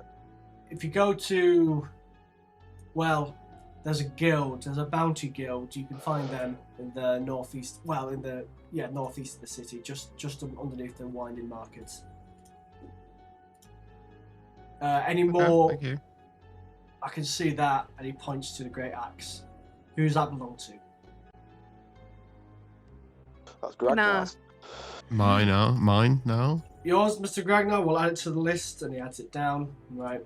Open the gates, and the gates open, and you return to Flamby. And as soon as you go in, there's not as many rumour mongers on the streets, but there is a big queue of people trying to get out of the city, and they all look very annoyed. And you can hear them saying, "Come on, we've got places to be," and guards saying, "Nobody leaves until we have finished the investigation. I'm sorry, it will only be a few more days at most, we promise." And people are yelling and trying to bribe and trying to fight the guards, and some people are having to be jostled back, and you're trying to make your way. So you're taking your cart to the stables, or where are we going? I think that, yeah, after last time, Yeah. we've been going into the square with it. Yeah, so that's you, Yeah, park up. you head to the stables. Nobody seems to be manning them. The city is not chaotic, but it's people are where they usually should be. Everything's shaken up. You find the God. stable you were using is still unoccupied. The door lock has not been fixed yet. What would you like to do? Is there one next to it which has got a working lock which is empty? It looks like all the others are full. Likely the reason this one's still empty is because it doesn't have a lock. Can I try and fix the lock? Yeah, I'd say. Let's see. I'd Just have say some make expertise a blocks. dexterity check, and have you got what equipment have you got that might be able to fix it? Got thieves' tools. Surely that's sufficient. Yeah, I'll say you can probably reverse engineer a lock that way, knowing that you've. So this definitely isn't sleight of hand. No, because you're not trying to Okay, subtly put a lock. worth a back on. try. I'd say yeah, make a dex, but I'd say you can add your proficiency bonus to it. 17. 17. So yeah, you manage to take the pieces of metal and using a bit of your strength and a bit of know-how, you manage to essentially like fold the metal in such a way that you are the only one now who would be able to unfold it. Okay, well I'll tell the group that we can safely store our stuff there. Good. Nice. Okay, Excellent work. so you Well done. store the cart, which has no carrots now. What would you like to do? Weep over the lack of carrots. Oh, Should we try and find this investigator? Probably Yeah, well, wise. Yeah. Or do we want to kind of get rid of the head? Turn the bounty. Let's turn the head in first. Can't be Yeah. wandering around with the head on our Well- back, can we? I was thinking about this bounty, and do we want to go through Archie, or do we just want to sideline Archie? Sideline. Well, he didn't really do any of the work, did he? No, and we know where to hand it in ourselves now. So Yeah. Aye. Probably annoy him a bit, but he didn't seem like he was that much to worry about. He's the murderer.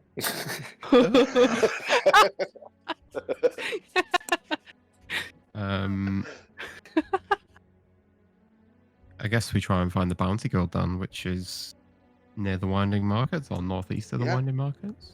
So who would you like That to way. ask? Head that way. I'd say yes. You head to the Winding Markets, and again, it's quiet because it's the daytime. The usual Birdman. stores are there. Yeah, Go on. can we ask Breadman? Yeah, of course. What is it, love? What? Which one? Dog's Is just that one. Breadman? So you Breadman's get really nice to us. Oh, hello, you lot. Oh, terrible business in the city at the moment, isn't it? Yeah, it is. It sure is. Yeah. I've not seen such a lack of Oh. business since somebody poisoned all the bread. Oh. My God, when did that happen? Last week. God, we were Wow. a week later. Yeah, Mm. you didn't mention that when we were buying bread from you yesterday. Oh, well, you Or a never couple of days asked. ago. Oh. All right. I'll have a bacon bread, thank you. That'll be 2 silver pieces, please. And there you go, lad. Thank you. You're doing good work. Yeah. know. Can I also have multiple bacon breads? How many is multiple?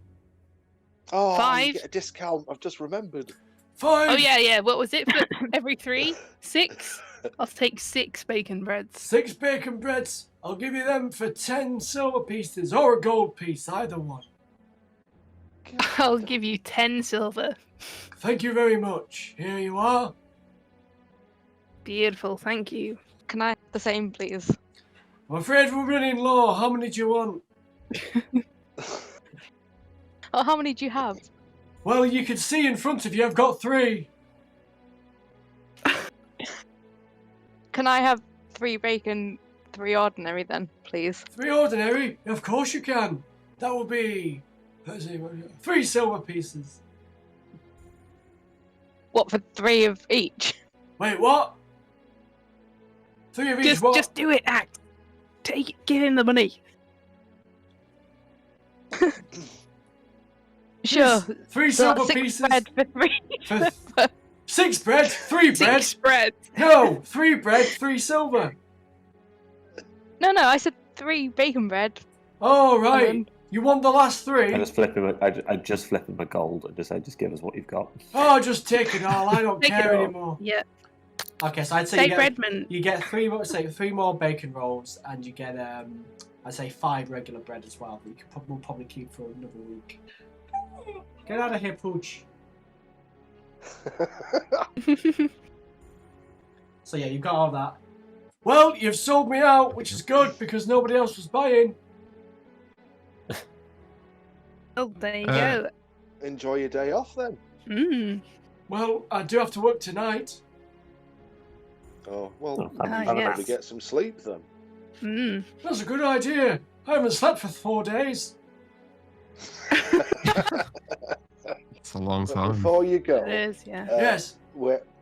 which way to the Bounty Guild? Is it just down here? Oh, you've Or been what have you missing. got to sell now? You You- can show us. You've been. Well, I suppose I could. And you've given me some coin too. You've been misinformed though, I'm afraid. It's not near here. It's down in the Orators Quarter. So you might want to look a bit posh if I were you. What's wrong Is it with the how we Orchards look? School? I swish my Yeah. fancy red cloak. Well, I do Yeah. see actually you're looking pretty good. Sorry, I could have sworn that you'd been heavily wounded in some kind of battle previously. Anyway, Oh, don't mind these bloodstains. well, if you'd like to follow me then. And he takes you down, and it's down here. This is the Orators Quarter. He takes you. It's a weird one. It's like back behind, next to that big building called the Halls. There's a small, sort of like gateway, like a brick wall with a big wooden arch, with two guards once against you in dress garb, but this time it's two cats. Right, okay. And they say, "Halt! What is your business in the Orator's Quarter?" And Breadman does the talking and says, "We've got a quite hefty bounty to be collected." They say, "Very well, will you be accompanying them?" Yes, I will. And for your pleasure, gentlemen, you may come tonight and I will treat you to 2 hunter's pies. And they smile, they see you, Edmund, and they nod as well. Edmund snaps them a salute. They salute back. And just The as you Duke pass, in here, is he? they look at you and say, "Oh, no, sir. Sorry, the Orator's Quarter is often guarded by, folks like us. If you've seen the Duke, then you'll understand the aristocrats around here. They like to have the whole pomp and circumstance. But we're not the Duke's guards. Right. And everyone goes, no, we're the guards of the Quarter. They quite like it, you know. They like the shiny helmets." Right, okay, I'm with you.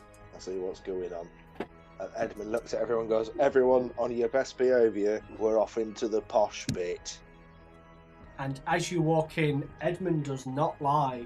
Compared to the rest of the city, these houses are very finely made. They're not as cramped together.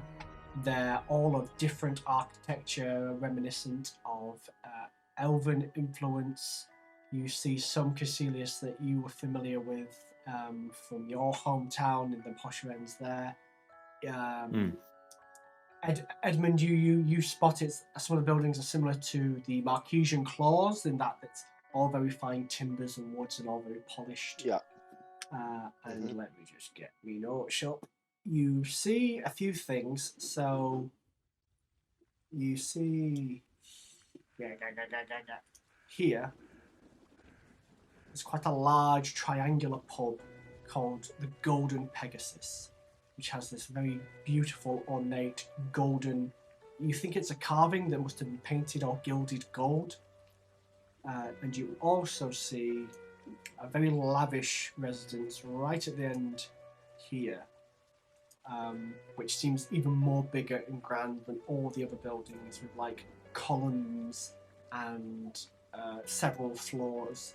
And although all the other houses are very nice, they're not as large as that. They're 1 or 2 stories, whereas this one is more like 3 stories. And I'll just circle them both. So we've got the very ornate fancy house, and we have the Golden Pegasus. And the Golden Pegasus is actually where Redman is taking you, and there is yet more guards in front, also in dress. This time it's 2 falcons, and they say, "Halt! Gentlemen, you'll have to pay to come in here." And Breadman says, No, they're here to pick up a bounty. Collect a bounty. Yeah. What do you all say? What he said. Yeah, he said it very clearly. Yeah. Once again, Although, thank you, Breadman. Edmund kind of points at the head. It's there. the guards This look one. a bit grimaced, and they turn to you, Edmund, and say, "Mr. Jolson, it's an honour. One tip. I'd cover the head up while you walk through."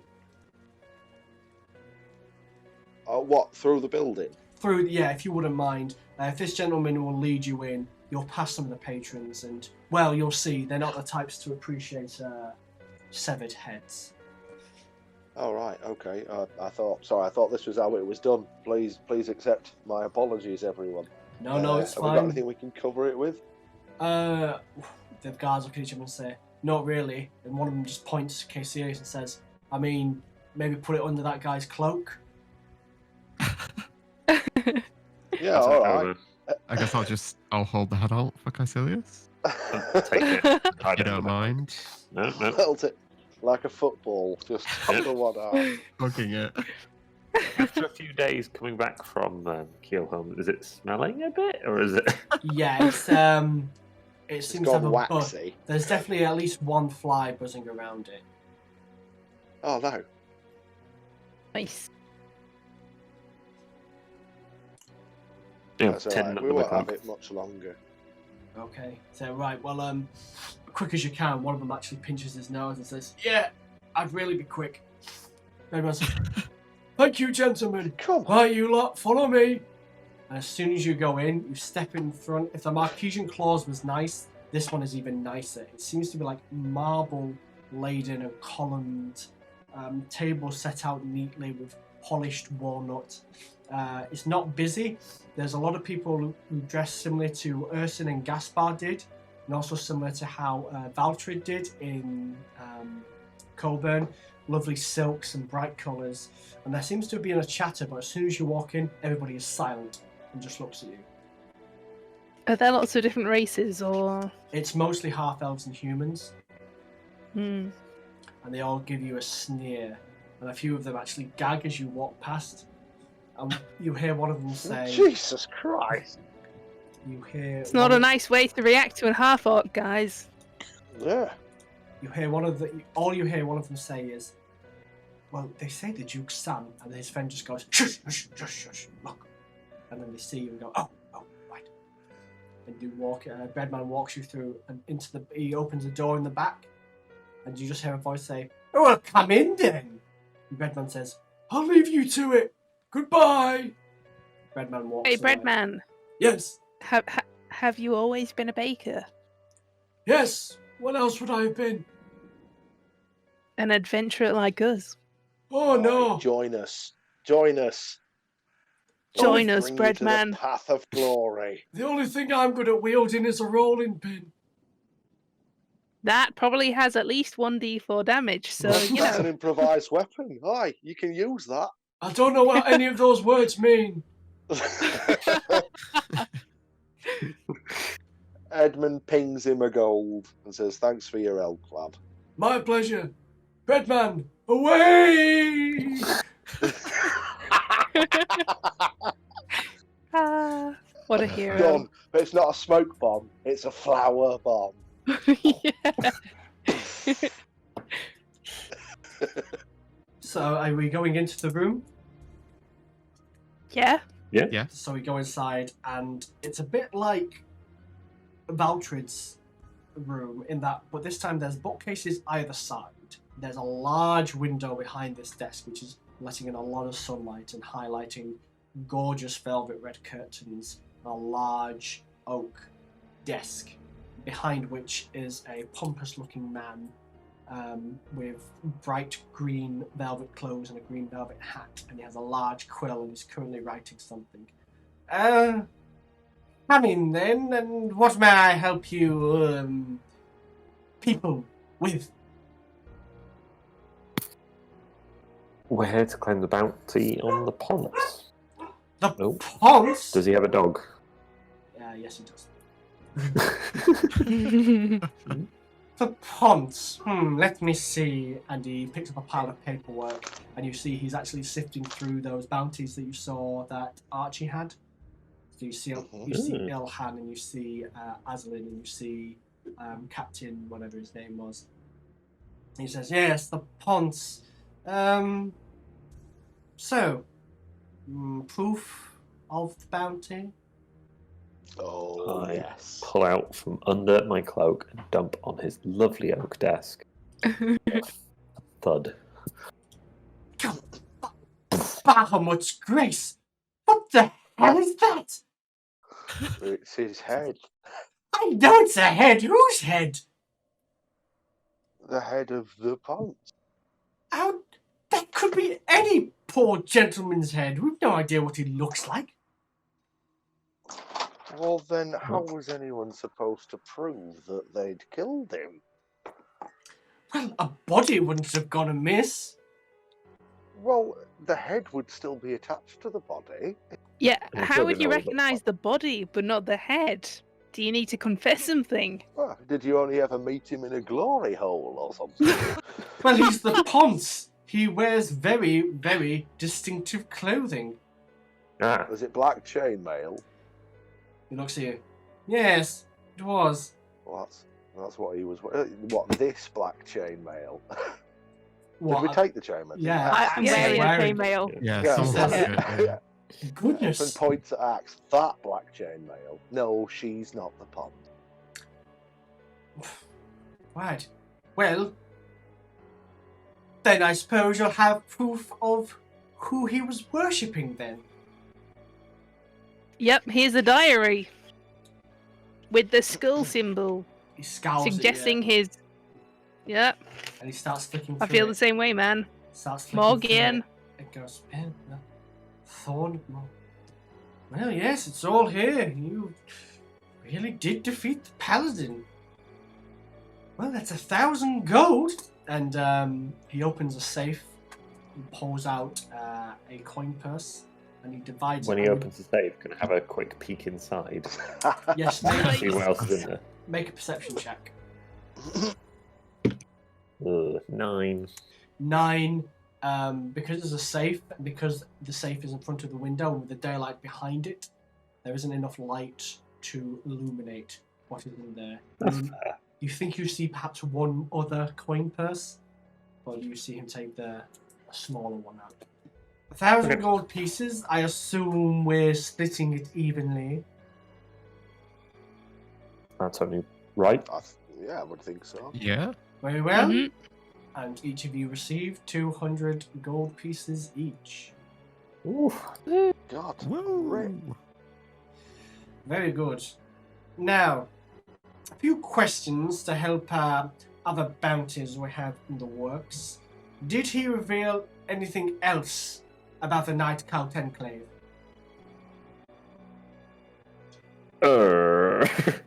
The what?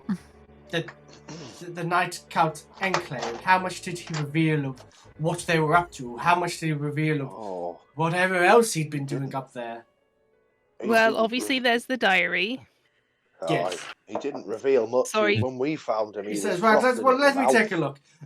We've got here, yes, human sacrifice, which we'd heard the rumours of. He Yes, attacked us unprovoked. poor Idis's party, yes, we'd heard the rumours about that as well. Missing people, blah, blah, blah. The tool is interesting. We've not heard that one before. You say what? He attacked you unprovoked. Oh, absolutely, yes. He Yeah, turned he just- some he people just- into zombies and was just cackling maniacally and just Wow. attacked us. Make a He just persuasion ran at check. Edmund. Make a persuasion. Either Edmund, you can either make a persuasion check with advantage, or you can make a persuasion check, and Gragnar can make a persuasion check. What would we like to do? Oh, I don't know. Take the advantage. All right, I'll Edmund, take the the advantage. Thank you very much. Advantage, here we go. 11. 11. He looks at you all and says, it's not very wise to embellish in the city of rumors. Nevertheless, yes, zombies, makes sense. Attacking you, yeah, we've heard stories. Well, nevertheless, Well, he it's all done. monologued a bit first. Yes, but, he exactly. didn't reveal. And when he monologued anything about the Night Cult Enclave, No. They're coming for everything because everyone else is unworthy. That's what he said. I want power above anything else. Yeah, he said he Power above wanted to everything else. die. Oh yes, he said he wanted to die, but that was only after we'd killed him, basically. So it wasn't our fault. Poetic, coming for everything, but nothing concrete. Anything about how? No. Very well. Well, at least that's one thing left to worry about. The Paladin of the Night Cult Enclave is no more. Well done. Is there a name for you rambunctious people? Oh, I think we have to pause and have an out of character Yeah, discussion. Do we want an adventurous party name? I think at this point... We should have a name, right? I Oh, think we should have. Fi, we should kick you to another chat while we have a. do you want to? I think that'd be a good impact that you can then just go. We can go boof and then. Okay, yeah, that's fine enough. Okay, Yeah. I will go into the Casillas and Gragnar chat and just stare at the camera for a while. Why don't you tell the watchers what you think we're going to come up Oh. with? Yeah, okay, that's a good Ooh. idea. Okay, give me 1 second. I've no idea what they'll come up with. I really wonder. I also don't know how I'm going to find out once they've decided. Hopefully somebody will message me.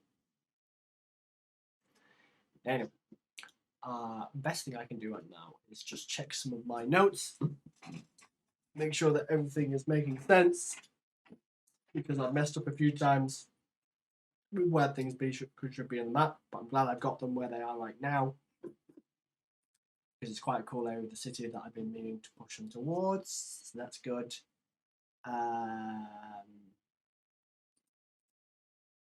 They're doing very well.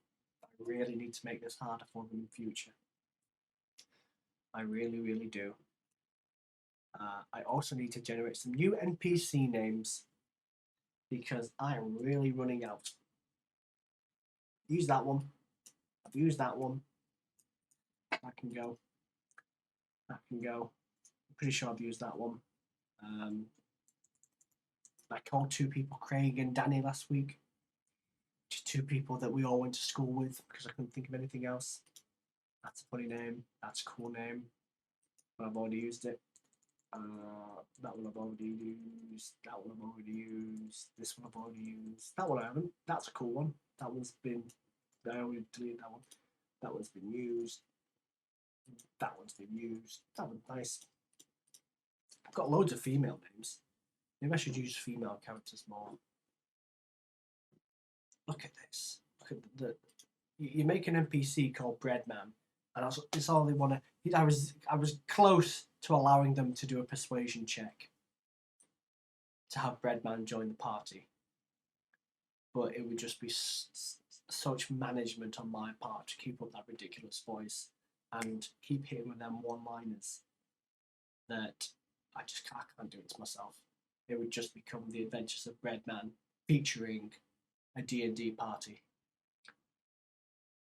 and I'm just not. I don't have the stamina or the mental fortitude. I need to write up all the characters I've used. I really do. Let's see. NPC, yeah. Quick notes. That's just all the smudge. Oh no, wait, no, there's this. There's this. Go, NPCs. Perfect.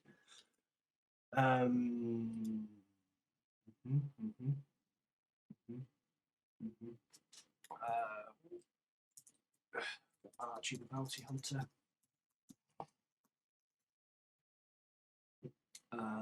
We have what's he called?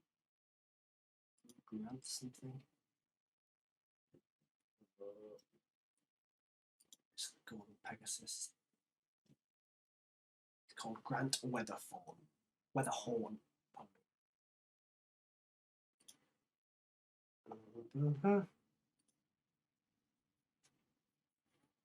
Yeah, this is a cool place now. They can actually stay here if they wanted to. And if they watch this back and they realise they could have stayed in quite a nice place. Who knows? Can't rebuild too much. It's not a cheat. They've also got a DM version of some of the maps that I've been using, so I know where things are located without them knowing. There's one area they've not been to, and they wouldn't really have a reason to either. You can go back. Okay, perfect. All right, here we go. Decision, guys. Big So- decision. Absolutely. Yep.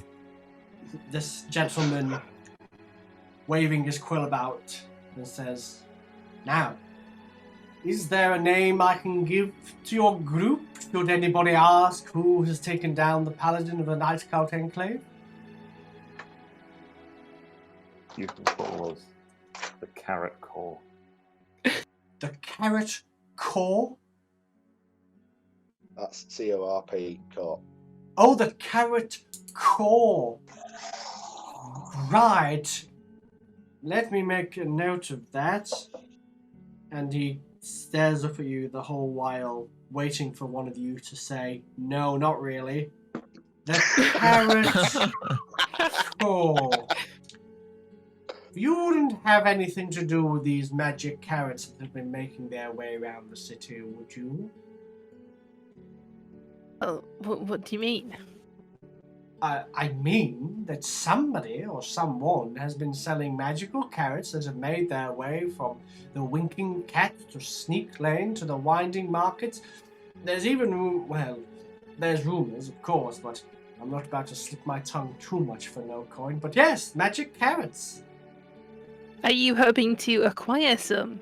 Goodness me, no. There's only one person in the city who knows every rumor that's true or not, and that's, well, me. Can I get an insight check on that? Yes.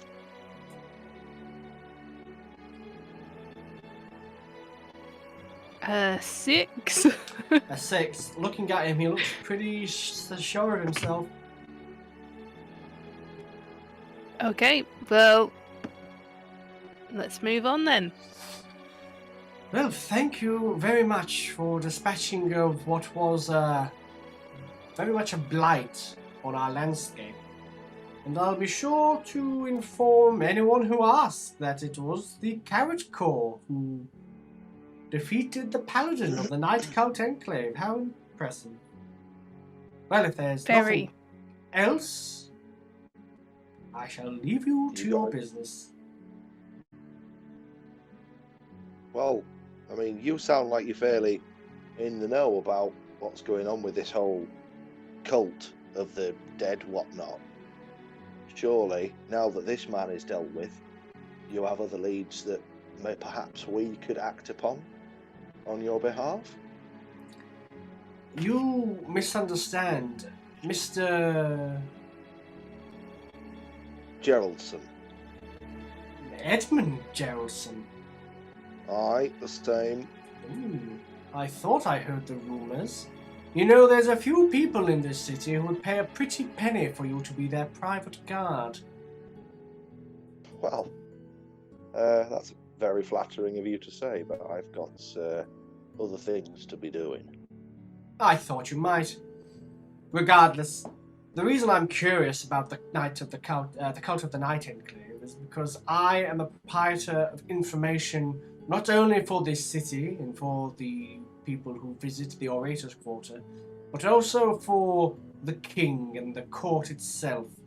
I'm afraid any information I do have can only be passed on for, let's say, a king's ransom. How do you ever get anything done? How do you mean? If the people who can help you can't afford, you say a king's ransom. What? Well, what? 2 gold pieces? Try 1,000, my dear boy. By Kirith Mal, your entire city is doomed, sir. You want help against the Cult of the Night Enclave, and yet you won't give us the tools to help you. We've dealt with this paladin, and I'm not going to lie, he went down pretty easy. Aye. Well, that's Right. good to know. That means that the cult is probably not as big a danger as we feared.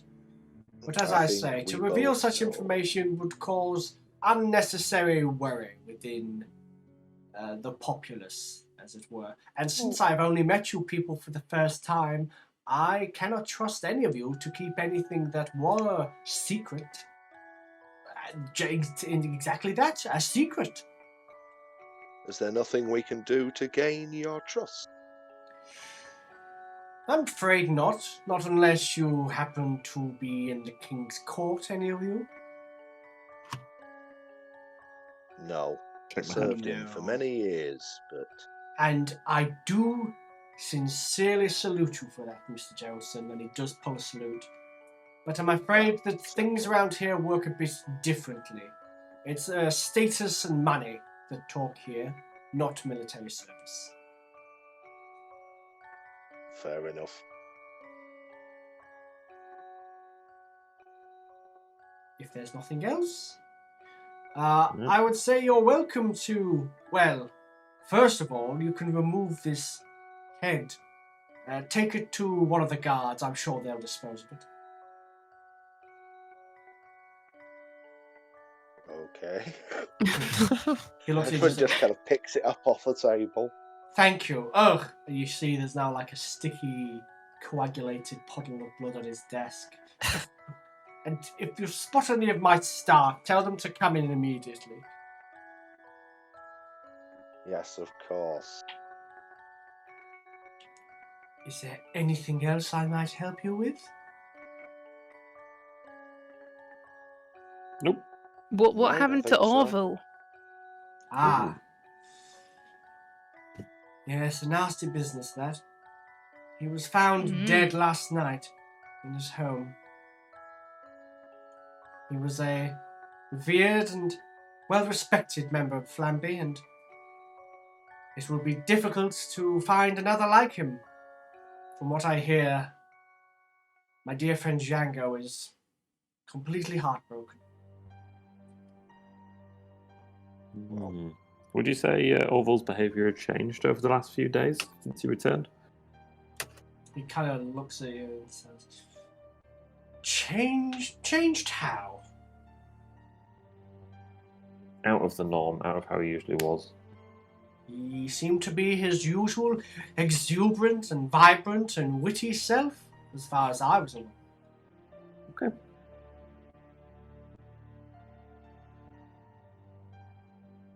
How have you made that so quickly? Incredible. Photoshop. Oh, it's beautiful. It's beautiful. Yep. I thought Mhm. Olin had been awfully is- quiet, given how much he After usually the next- hates the aristocracy. After Yeah, the other next things trip on our to a mind. Blacksmith. Yep, that's got to what be on Edmund's everything now. shields will look like, yeah. Yep. Very good. So yeah, so he says that Orville seemed to be acting normally as far as this man was concerned. Okay. The only thing I'd want to ask before we just part ways is, do you know where the investigator is for the murders? Where we may find them? I believe you'll find him in they'll be in the guards' quarters just to the northwest of the city by the walls. Oh, Okay. yes. Do you know if where the stables are in the northeast, it's symmetrical to that, right on the northwest. Thank you. One last thing. Yes. I believe someone else was also murdered. Was it a young lady? Yes, it was. Not one I knew personally.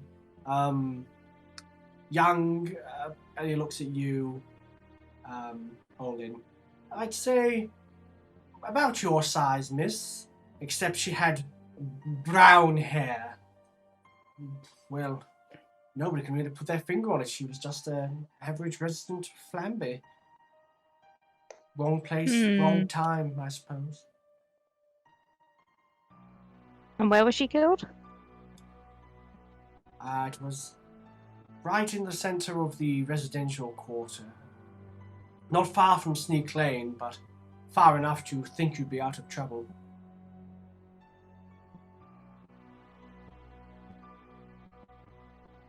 The place he means, so you've been told two places. You've been told the guards' quarters of on Route 20. Guards' talk quarters Yeah. here. Where Mhm. he's describing is around here.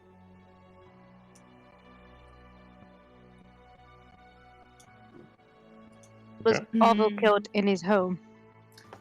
That's where I'm told he was found, in his bed. Dead. In his bed. Well, that's what the guards say. I take some solace Did that hopefully he did not suffer much. they figure out how the killer got in? I'm afraid you'll have to either pay me or ask the guards. Well, we'll go ask the guards then. They're much cheaper. Right. Well, you have a lovely day, man. Snaps a salute. Mr. Edmund Weatherhorn. wanders out, just muttering about fucking posh people. When you say that, he says, that's Mr. Weatherhorn to you, good sir. Weather. How do you spell that? WETHERHORN.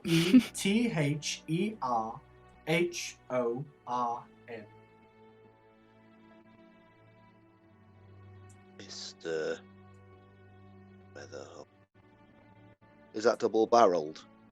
It is not. Dash. All right. Otherwise, I would have said dash. Touché, sir. I'm sorry, I thought you were of the Titanis Weatherhalls, a fine family, but clearly a different family. Gives you like a grimace as you say that.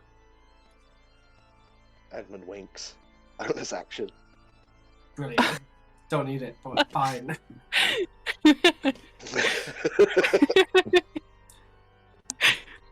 Is there anything else? Nope. No, I don't think so in here. Shall we head to the investigators? Yep. So as you Yeah. leave his room with the head, hopefully. Once again, the Oh yeah, pub, Edmund's still holding it. the pub seem to be chatting, and then as soon as they see you, everyone shushes and is silent again. Did you cover up the head, or is you just literally holding it out? No, Edmund is just Edmund's just holding it. There's a few, Cool. there's a few gasps, and at least one person goes.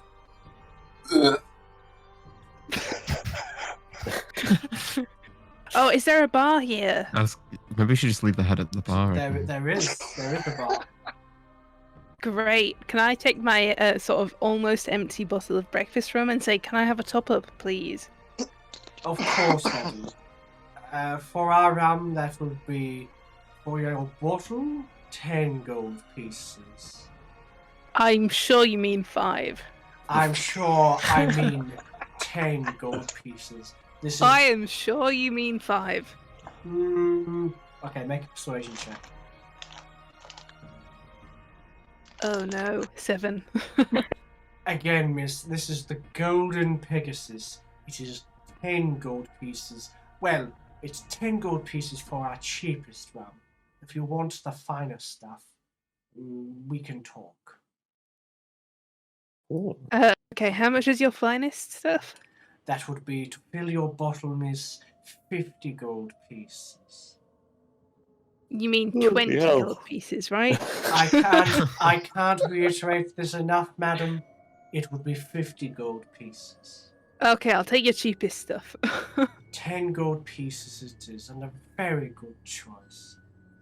There'll be cheaper rum. Sure. So he Well, fills the up. thing is, it probably is the cheap stuff that you can get somewhere else that just marks up the prices, haven't you? So what you have is it's a tasty rum. It doesn't wow you, but yeah, it's enough. It's good enough rum. So yeah, I'd say fill up your bottle Okay. again. And pass over. Great, to I'm going to immediately offer everyone in the party some of this fancy rum. I very politely decline, saying, for that price, enjoy it. You keep it.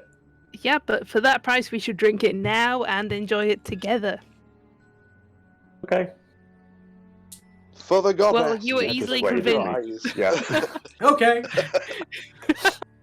So everyone's having some rum. Great. Okay. You start hearing people mutter and like whisper behind you.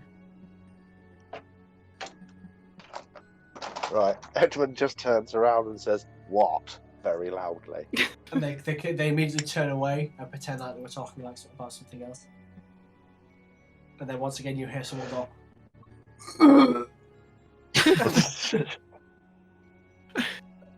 Edmund just says, "It's a bloody bounty guild. Heads, that's how you prove it's done." He's waggling the head the whole time, like showing it to them. Surely you've seen 7 heads before. Why do you people hang around in the bounty guild? Nobody's making eye contact with you, and the barman says, "You must understand, sir. Usually a bounty is collected alive or with evidence from a guard. It's very rare. So rare, in fact, it's never actually happened that a 7 head makes its way through the Golden Pegasus." Right, You're not well, first for everything. do you want to keep it as a in memory of this special occasion? Hang it above the bar. I would rather chop my own head off, sir. We can arrange that. Oh, And there if a that's, bounty out on you. let me remind you all that we are very heavily guarded. You suggested it, not us. Oh. You'll forgive me if my sarcasm doesn't come across well. Have you ever met Breadman? Yes, he's a very popular patron of Flamby. I can see why. Isn't he just lovable? Mhm. I wouldn't say so. What's your name, by the way? My name is Melius. Melius. Yes. Thanks for the rum, Melius. It's my Right. pleasure. No, it's been hours, hasn't it, Mr. Paladin? And Edmund, who is now using the head as a puppet, goes, "Thank you very much." You see the barman, his face doesn't change, but you just see him go, "Ugh."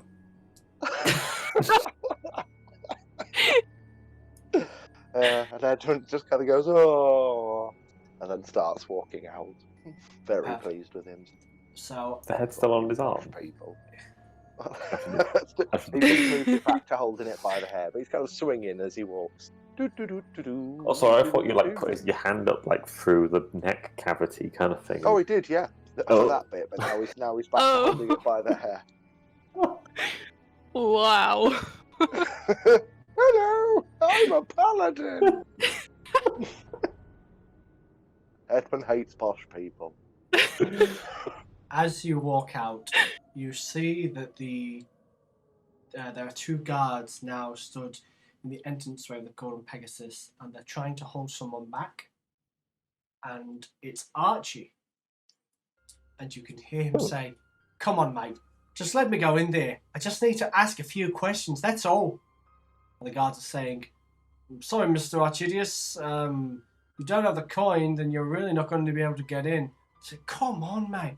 I've just seen some other guys go in and say, yep, they were collecting a bounty, but you don't have a bounty to collect." And then he sees you and says, "Oh, no way, it was you guys.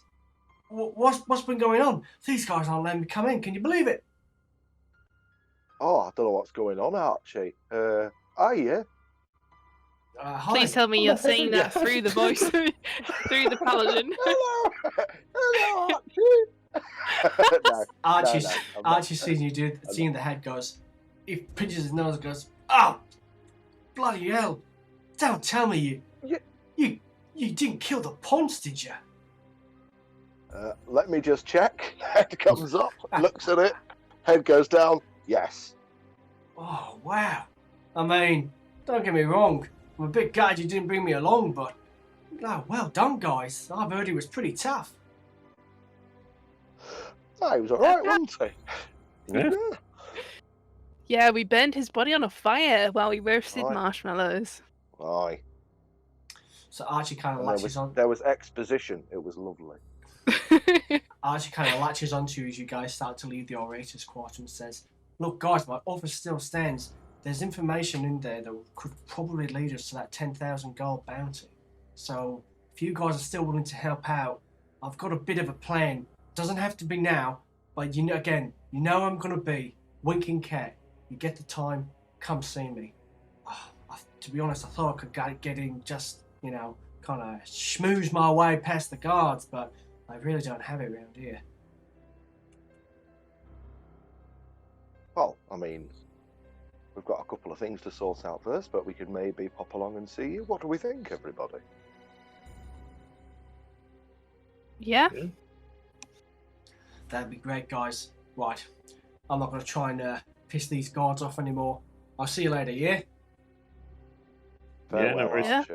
See you, Archie. Archie jogs off. He looks a bit, but before he does, he looks like a bit pissed off. Not only has he not been able to get to the Golden Pegasus, he's also seen that you guys have managed to get that bounty before him.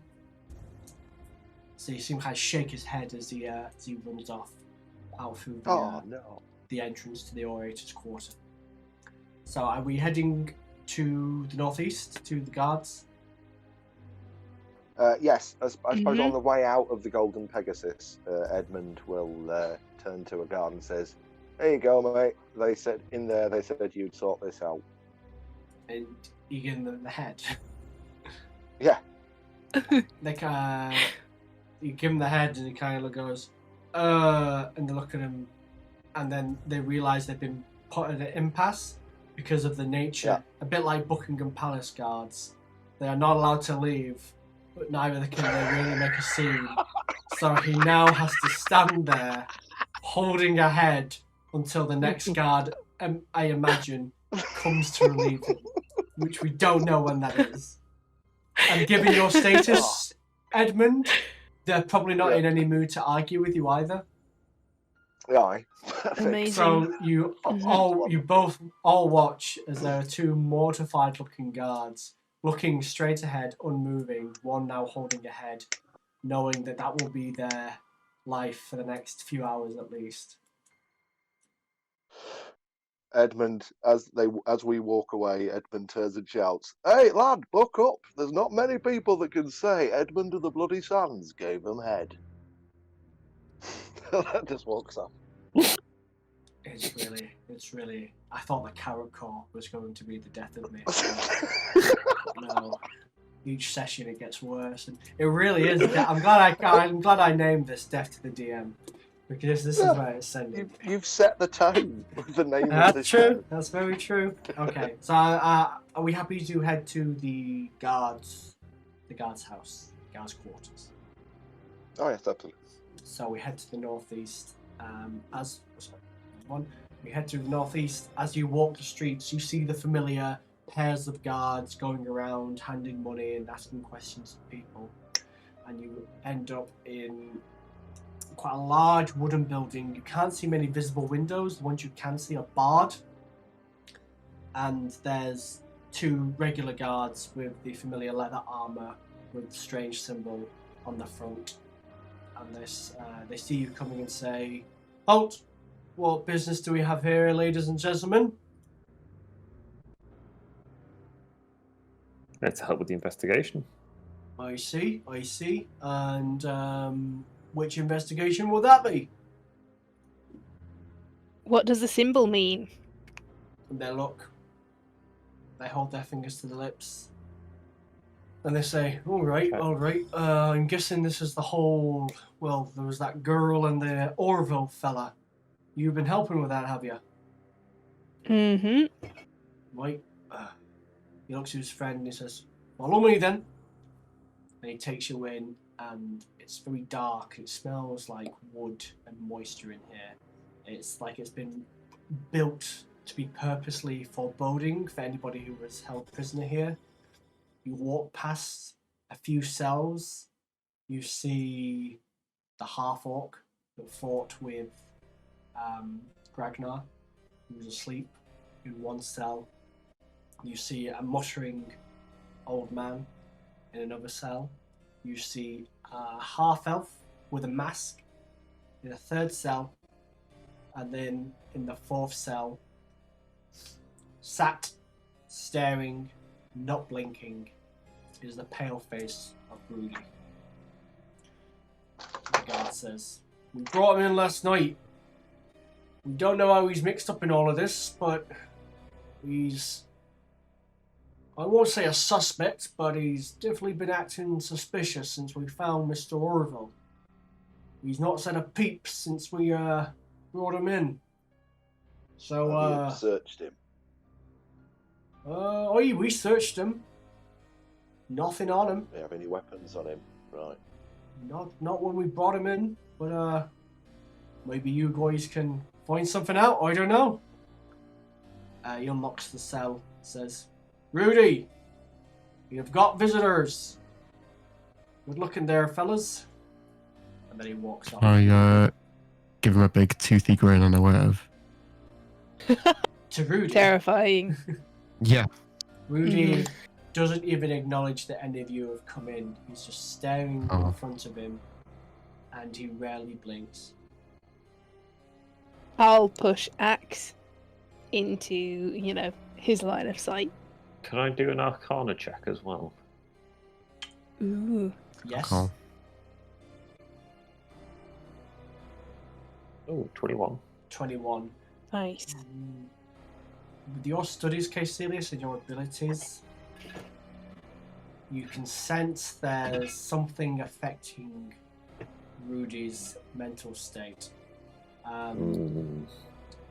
Something of arcane nature. But based on what the guards say, you're not sure if whatever that thing was is present right now.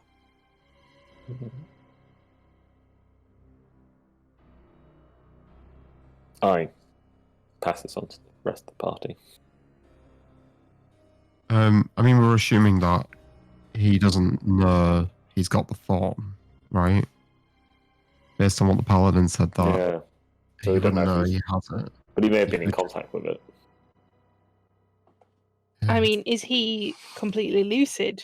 Do we think that he is therefore a follower of Morgan? Well, isn't it the artifact itself takes over the person if they're Yeah. not a follower? That's what I thought. Yeah. And I don't think... That's why I asked if they'd searched him, because... Yeah. Right. Rudy doesn't seem the type of child to get messed up in that kind of stuff.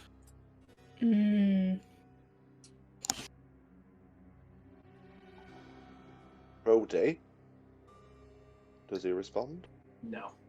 He's just staring straight in front of him. I kind of get down to his eye line, see if I can get his attention. Brody? Make a perception check.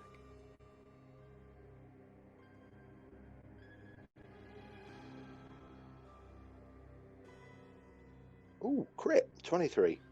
Looking in Rudy's eyes, you've seen this kind of look before. This is that 1,000-yard stare you've often seen in grunts and recruits who've killed for the first time and just aren't emotionally prepared or mentally prepared for what that brings. So he's in shock, basically. Very much so, yeah. Okay, Edmund kind of relates that. He's seen something. It's broken him. He'll probably come back. But this is one of those things we don't know how long it'll take.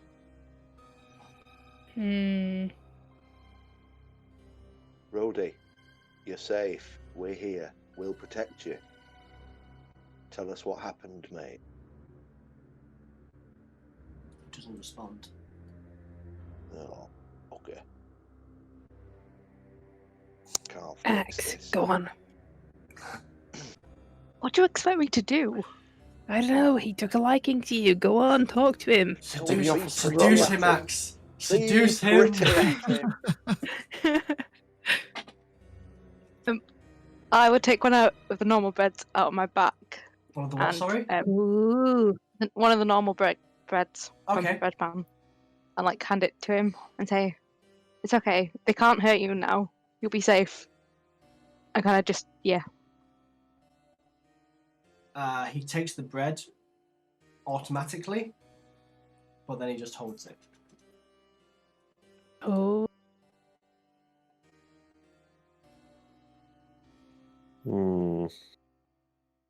Can Try I bacon bread.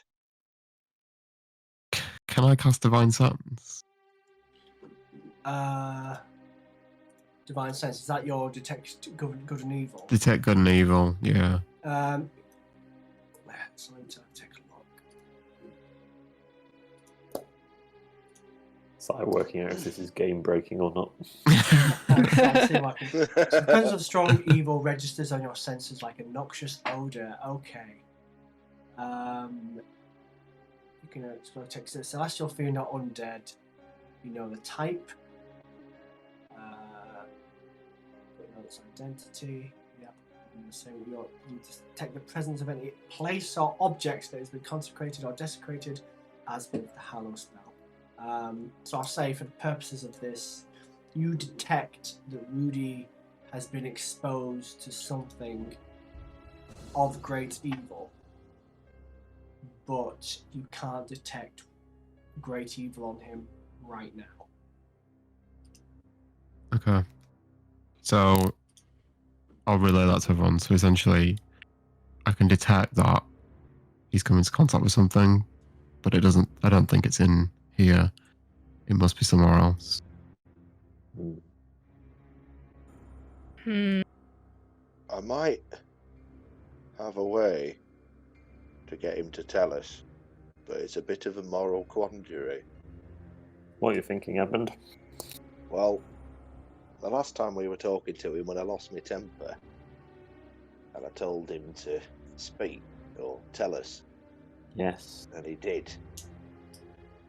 A bit of the goddess was in me, and I think I could do it again. Nothing wrong with that. Yeah, I mean, I feel like we need the information. If we And, know, we might be able to help him as well. yeah, and it will protect Yeah. others. Mm-hmm. Okay, yeah, that's enough for me. All right, Rudy. Yes. And then it's supposed to be a one, but basically whatever the one-word command for snap out of it is, Edmund does that as he casts command.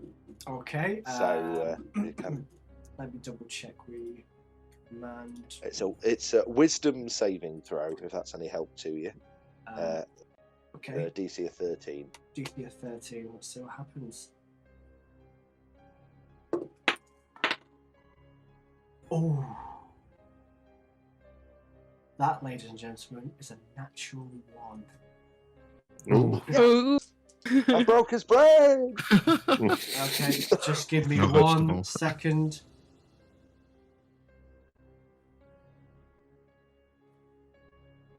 I'm a fucking Jedi. Do it.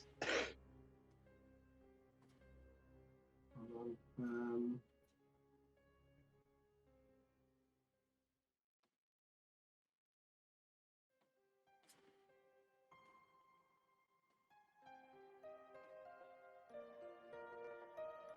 My God, Pete, you are so quick. How did you do that fast? You do what? What have you done? I said I'm a Jedi, and then I said do Oh, it, right. and about 3 seconds later, do it has appeared on the chat. I would say Discord's gift searching functionality is pretty good. So, Mhm. Rudy turns to Edmund, his neck almost like, and he stares Oh straight God! at you. Oh, Yeah. And you hear this strange, disembodied voice. And I've just brought this now, so be impressed. You hear a sound come out of Rudy's mouth that says, "Life shall fall, death shall rule, the balance shall be tipped with the mighty tool, and the shadows will extinguish the light for every soul that loses the fight." And as that happens, Rudy knocks back and then comes back to lucidity, breathing heavily.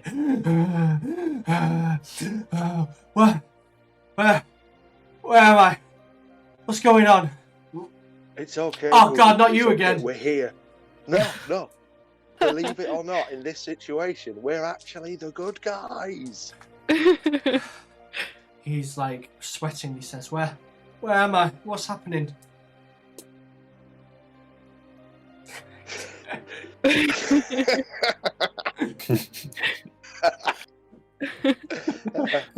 Excellent gif. Right, sorry. Say that again, Rody. Sorry, I was distracted by. Where am I? What's happening? Right. What's the last Rudy, thing you what's- remember? Excellent question. Mhm. Me and Orville, we were looking at the new door. Orville was saying, you guys ripped him off. He said the door was rubbish. and then he laughed, and I laughed, and he said, "Oh well, we'll figure it out." And then we went to bed, and then I woke up here.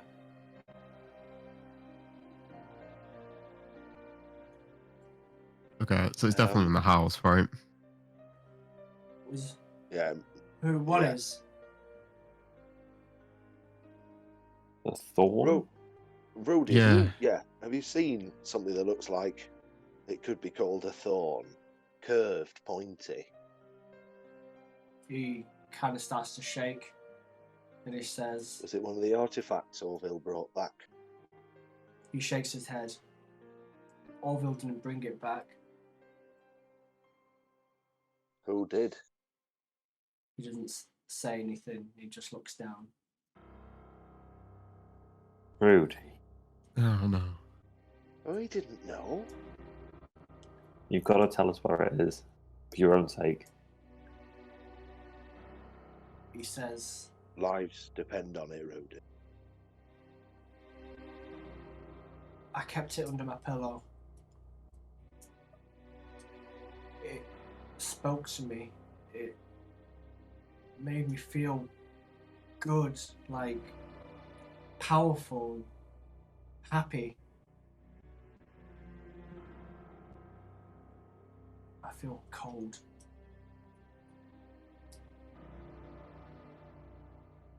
Why am I here? Oh, there's no easy way of saying it, Rudy.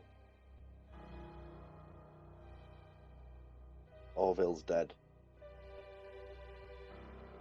He starts to shake, and you see tears pouring out of his eyes. How? You remember the murder we were talking to you about? Yeah? The The same old way man? The stabbing, same way as that one. A thin, thorn-like blade. So what? Why does that mean I had to go to prison? Because am I they being- think you did it, lad. You can And see. I'm not going to lie to you, mate. You can see It's his. kind of pointing in that direction. You see his eyes kind of glazing over, almost like what they did before. And he starts to hyperventilate. He says, "No, those were just. They were dreams, weren't they? They were dreams." I don't think they were. Uh-oh. Not sure about that, Rudy. Yeah, the thorn Mm. is very dangerous, Rudy. Where is it, lad? Mm, It's, like I say, under my pillow. Right. I think we need to get to Orville's house quick. mhm. Rudy, stay here. Oh, wait, you have to. Wait, it's fine. Come on, let's go. You call for the guard to come over, and he said, "Oh, is he all right? What's he said?" He's helping with our investigation, but I need you to leave him there till we get back. It's very important. He's crying, and you turn around. Ruby is like heavily sobbing, hyperventilating. Don't go in there. He's Right, just you lost are. his best friend. Yeah. Mm.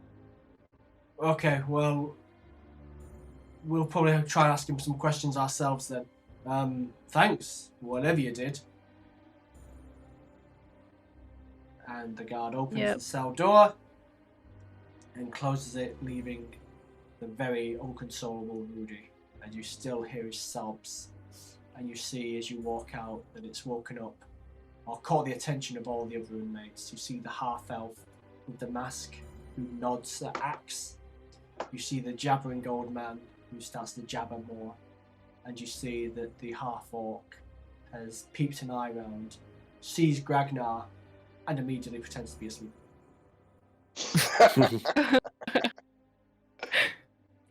So, where are we going?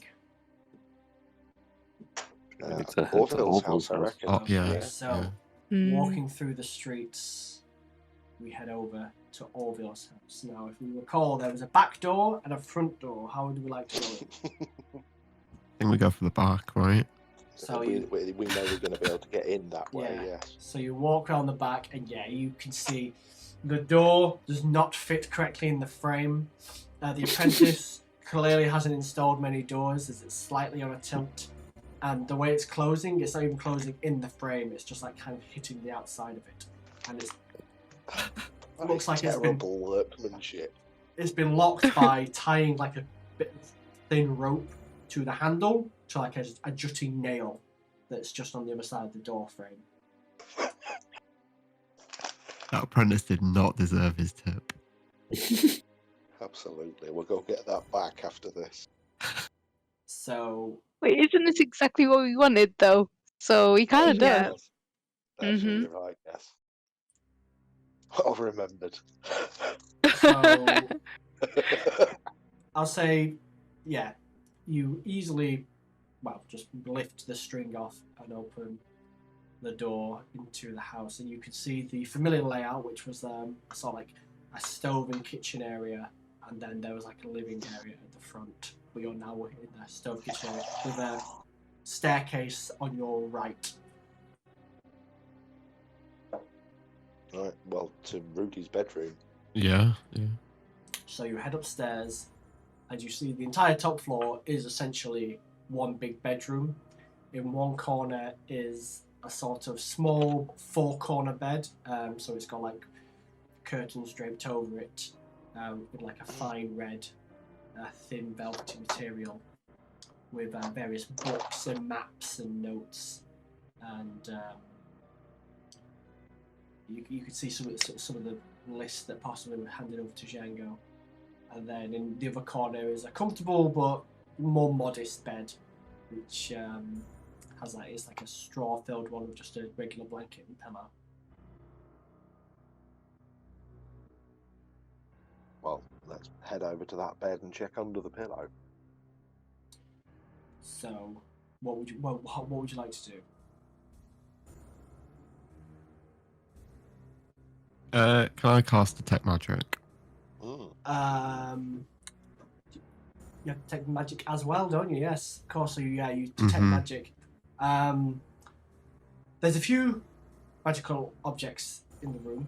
In the corner with the lavish bed, it seems to be filled with alchemical and what's the word? Magical materials. The sorts of things that sorcerers and wizards would use to create potions or cast certain spells. Things like backclaws and certain feathers, pinches of salt and soot. Okay. In the other corner, there's an ominous glow of magic. It seems to be necromantic magic. Okay, I will let the party know. I'll just kind of point in the corner and just say it's in that corner, and it is definitely evil. Is that the corner with Rudy's bed in it? Yes. Yeah. Or what you imagine to be Rudy's bed. Mhm. Right. Edmund kind of says, we can't touch it. None of us are followers of this god. No, we should not touch it. So what do we do to get it? Casilius, magic hand it. You've got that thing that you use, haven't you? Haven't you got I do. magic hand thing? I do have Pick it up magic. with that. But I mean, that's should we destroy it? Yeah, what do we do with it if we do move it? Can we destroy it? Well, yeah. Mm. Can we? Can we see it? Might be able to look over and We could, inspect it. yeah, we'll take the pillow off it, I guess. And... Okay. Edmund does it, you know, that way where you know there's a spider under the pillow. Comes off really quick. Get it! Edmund, make a dexterity check. Oh, Oh, shit. God. Okay. I was only making a joke. Now I'm gonna die. Dexterity saving throws. Well, no, just a dexterity Not check. the sorry. healer. Oh, dexterity check. 12. 12. So you all watch as Edmund very carefully puts his fingertips on either side of the pillow. Hold on. And lifts up. And there you can see this black curved blade, which seems to shine an odd green colour.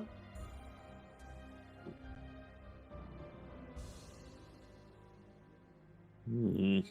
Oh shit, Rudy did it. Yeah, Rudy did it. Rudy definitely did Totally it. did it. But Who was the woman? Who was the man to him, and who was it? Or was it just? There's got to. If a god is making him kill someone, there's got to be a reason for the people that have killed. That have been. Oh, well, the first guy was the mental dude who'd gone back yeah, to the party. But who was the woman? Who was this woman? What's she got to do with it? Someone make an intelligence check. That's not my thing. no, me either. I'll do one. Oh, 9. Edmund, no speak good.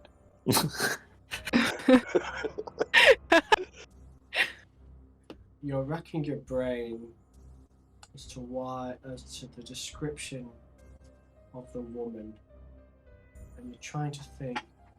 Sounds familiar. Very familiar.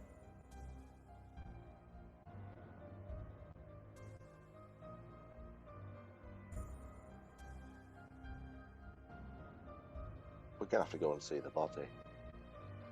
But we've got to deal with we can't leave this here. Right. I This guess- is the murder weapon, so we But can't destroy it because we The need to guards show can't them. come and pick it up. No No. one can touch it. What does it look like? Is it metal? Is it an actual like wooden?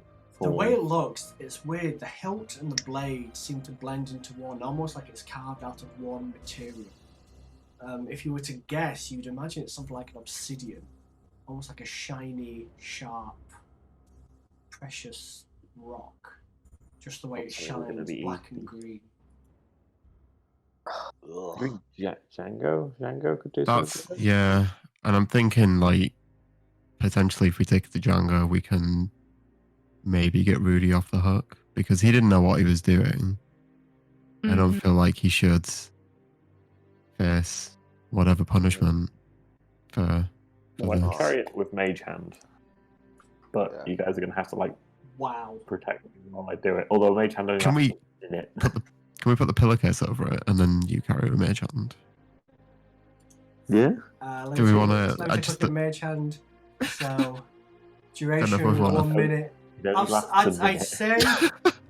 I'd say for the purposes of this, because you're not trying to use action to control the hand, you can use the action to manipulate, open a locked door, contain a storage So I suppose I could just use Mage Hand to put it inside, say. I say because this is like constant. Hmm. wrap it inside a cloak and then carry the cloak manually.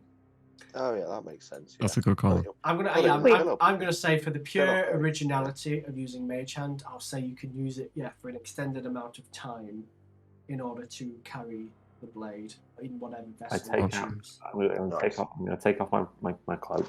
Mhm. Use Mage Hand to lift You it up. are you topless underneath that? See, I was thinking about this after I hope last week's so. session. Like, I think I've got confused between what like a cloak is and what like a robe is. Yeah, because a cloak is just you. It's just your shoulders and your back. So are you bare chested? I was Yeah, so it's thinking, like- With a cloak on. I was like thinking they were supervillain robes. style. Well, you wrote blood red cloak That's what I've got. So yes, because I you remember. put So it's like very essentially long- it's a cape with a hood that covers your shoulders as well. Yeah. Oh, but it does I say think- well, it says you've got clothes common, but no, you never replaced your shirt. Fine, I'm just topless with a cloak. Okay, so we Where's the now cloak see, off? yeah, so Hesilius is That now was a topless strong with the look. cloak. You can see his tattoos again. Wait, sorry, can I just ask, are you planning to carry that all the way to Django to get him to check it out? He may Yeah. have something that you can contain it in. Why don't we ask him to come here instead of us moving it? Ah, I mean, Fair point. that seems like a good idea. Wow, yeah. no way, we didn't think of that. Is Mhm. that okay? So what do we want to do? The clever thing, which is, I think, what Emma suggested. Okay. Yeah. Someone want to go? I don't think we should leave this alone. No, how about some of us stay here and watch it, and the rest of us go get the guy and get him to come? Okay. I can stay here and keep an eye on it. So Caecilius is going to Yeah, I'll stay. also stay. Can I search the books while we're waiting? Yes. So is that you, Emma? Yeah, sorry. Yeah, of course. Ragnar, you've already spoken to Yeah, I'll go Django. Might make sense. Yeah. to Django's. Okay, just before you guys, because I'm guessing, so Edmund, Ragnar, and Olin, you're going to Django's. Yeah, that sounds good. Mm-hmm. Okay. Yeah. Axe, could you just roll an investigation check for those books? 18. 18. So yeah, it seems that Orville would plan ahead for the various places he'd want to acquire magic items. He mentions Ifarum a lot for general trade, to go there to find other magic item sellers and just bring those wares over to Flamby to save people a journey. He speaks of some rumours in Dirt of some possible elven artifacts that he wanted to take a look at. He mentions Recton. Apparently there's been some magic items there that have been used for underground fights to give people some unfair advantages, but again, these are all rumours. And he also mentions Frest in general. He doesn't have an idea of any magical items, but there's always a suspicion that there's something magic going on there, but he's not sure what. Cool. Thank you.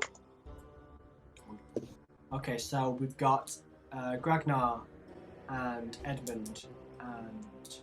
Oh, was that me? What was that? Everyone's still there? Yeah. Yeah, Mhm. hello. There's a weird noise happening in my ear. Oh, it's because I'm running low on battery in these AirPods. We'll just see what happens then.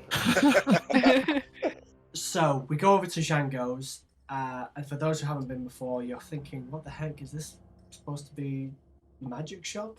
It doesn't look very magic, and then you go in and it's the familiar stone walls with the 3 torches lighting up. And Django is Oh, yeah. sat with his back turned to you, and you can just hear soft sniffing, and you could just see his shoulders very gently shaking. Or Sorry to catch you at this bad time. Oh, my apologies. I'm very embarrassed. I forget. I've not had my custom today. Well, welcome, man. Oh, my half-orc friend. It's a pleasure to see you again. Good to see you, Django. He just manages a smile and says, "How may I help you?"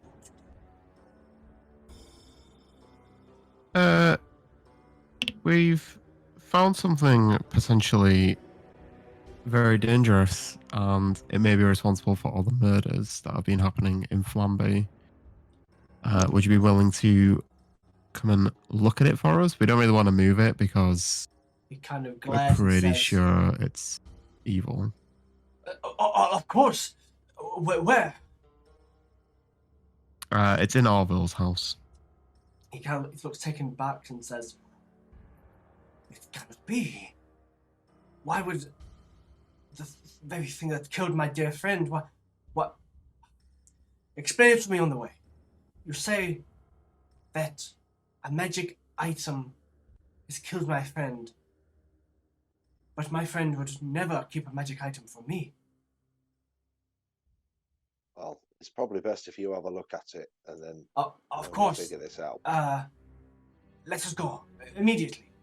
And he comes around from outside. He snaps his fingers, and the 3 torchlights go out, and you all walk out of the building. He shuts the door, and when you, as you see him shut the door kind of becomes like a wall, so the door just disappears. It just becomes a wooden wall. Wow, So security, Fancy. of course, you understand. it's a good trick. Thank you. Now, please, let's go. So you all bring Django to the room. He says, "Ah, I recognize you as well." Okay, Celius, he says that to you. I wave. And you, miss, I don't believe we've had the pleasure. To you, Axe.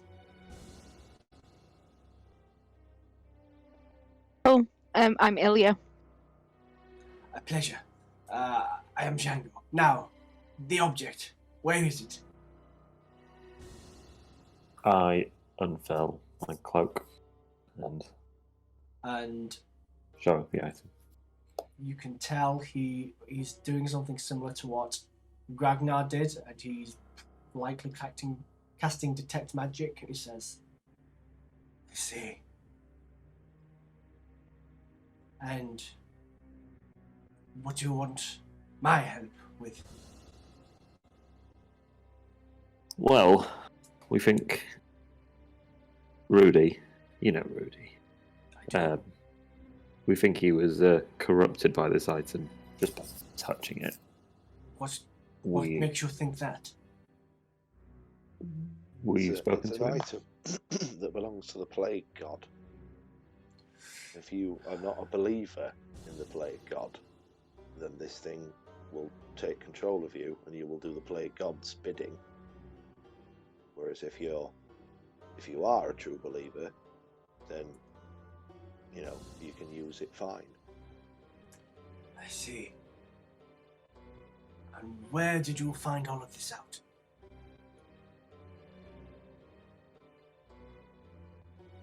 Well, from a very good source that is now dead. I must admit it does not fill me with a lot of confidence, but you're saying that simply by touching this blade, and if you do not believe in the death god, it will take you over, is that correct? Well, it's not that if you don't believe in it, it's if you're not a follower of the god. I think you must be dedicated to that god, not just not believe it. Everyone believes in death. There's got to be a god of death. Surely. Well, The god my of war. friends, Have I told you about her? I'm very familiar with Keelhaum. You're saying that She's a good one. only a follower of the death god can wield this without being controlled? That's our fear, yes. Yeah, that's what we think. You see his chest is now heaving, and he's looking through at all of you, and he says, well, there's only one way to find out. And he grabs the blade. God, You I was watch. gonna say, can I do an insight check? You watch as Django grabs it and clenches, and you can see his face screw up as something happens. And he starts to breathe heavily and heavily, and then he gets calmer and calmer and calmer. And he looks at the blade. Tell me, what else did your source say about this? Wait, does that mean he's a bit dodgy? I'm getting that feeling. Can I do an Mm. insight? Can I do an insight check on how he's acting? Is he Yeah, of course. Totally, Yeah, please. totally evil. Yeah, go for it. That will be a 22. So, actually, let's go in private, Stu. Go to Ragnar and Edmund. Okay, hang on. Just give me a second while I figure out how to do that. Ragnar and Edmund. So the way that Django is acting, Yeah. it seems that whatever power this blade has, it seems to definitely have a mental effect on somebody. The way Django is acting is like he's overcome whatever that was. Right. So clearly something happened when he grabbed the blade, but he overcame it. He's likely asking what else did this source say, because probably the information you were given and the information you just relayed isn't entirely accurate. Right, okay, cool. Okay, Right, thank you very much. my pleasure. Back to general chat. Oh, And we're back. well, Stu's not yet. And Stu's not back. He's stuck. Hmm. He's been cursed. There we go. Hey, I forgot how to change back. How did you do it instantly, Si? You were just gone. I'm on desktop, sorry, so I go just click it. Right, Edmund says to him, he just says, "How did you do that? You're still yourself." Yes, I'm just as surprised as you are, to be honest. When I grabbed it, I had a feeling of overwhelming temptation. Tell me, have you ever been so hungry or so thirsty you thought that you'd eat or drink the first thing you saw? Well, I've been in the army, pal. Aye, yes. It was like that. It was like a great thirst came over me, and if I succumbed to the will of this blade, it would satiate all my wills. Tell me, you think that it was Rudy who wielded this blade, right? It's Yeah. looking like it, yeah. I imagine he did not know the true nature of this object, and likely succumbed to it willingly. If any of you were to touch it right now, you would probably feel and hear the same things I did. But the blade can only control a non-follower if they succumb to it completely and willingly. But be careful, it speaks very sweetly to you. What would you like me to do with it? We need to take it to the guards. Hmm. Is there a way you can Look, contain it in any way, like you do with just some of give your me- other? Can you remove the curse? Ooh. Removing a curse such as this would be a very dangerous thing. I do not have the ability for it. And in terms of containing it, I'm not sure I can do that either. And giving it to the guards, I certainly would not recommend. You give it to the wrong man, Then- and he could easily fall for its influence. If we can't contain it and we can't remove the curse, then we should destroy it. That's Hmm. true. I agree.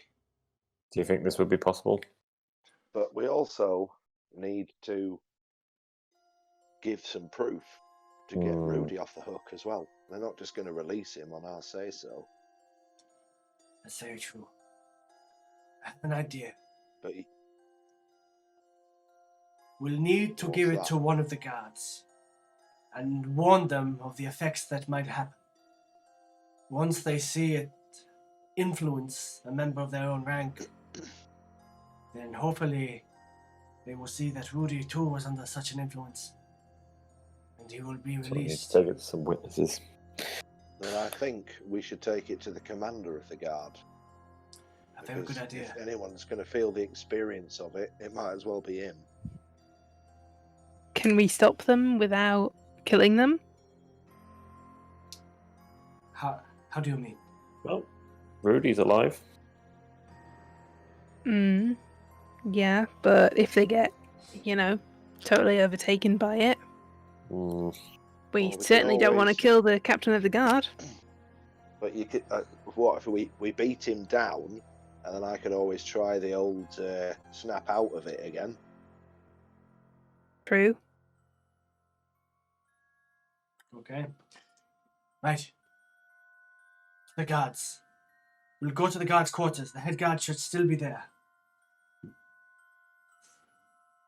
Are we going? Okay, well, yeah. Yeah. You Yeah. get right in the middle of us. Let's have 3 at the back, 2 at the front, and this man who now holds the very powerful magical item Okay. just nice and close to us. Hmm. So the people of the street will see this gang of adventurers who are making quite a name for themselves, surrounding this red tiefling who is wide-eyed and frantic-looking, when Django, being as well known as he is, should be at home mourning and very melancholy. They watch as you make your way to the guards' quarters, and the guards outside there. Oh, hello there again. And Mr. Django. Well, what seems to be going on right now? We need to speak to the captain. Yeah, we need to speak to the boss. Now. All right, this way. They lead you through again, past the cells, past Rudy's cell, to an office right at the back, where the head guard is sat. Right through here. Good afternoon, ladies and gentlemen. What can I help you all with?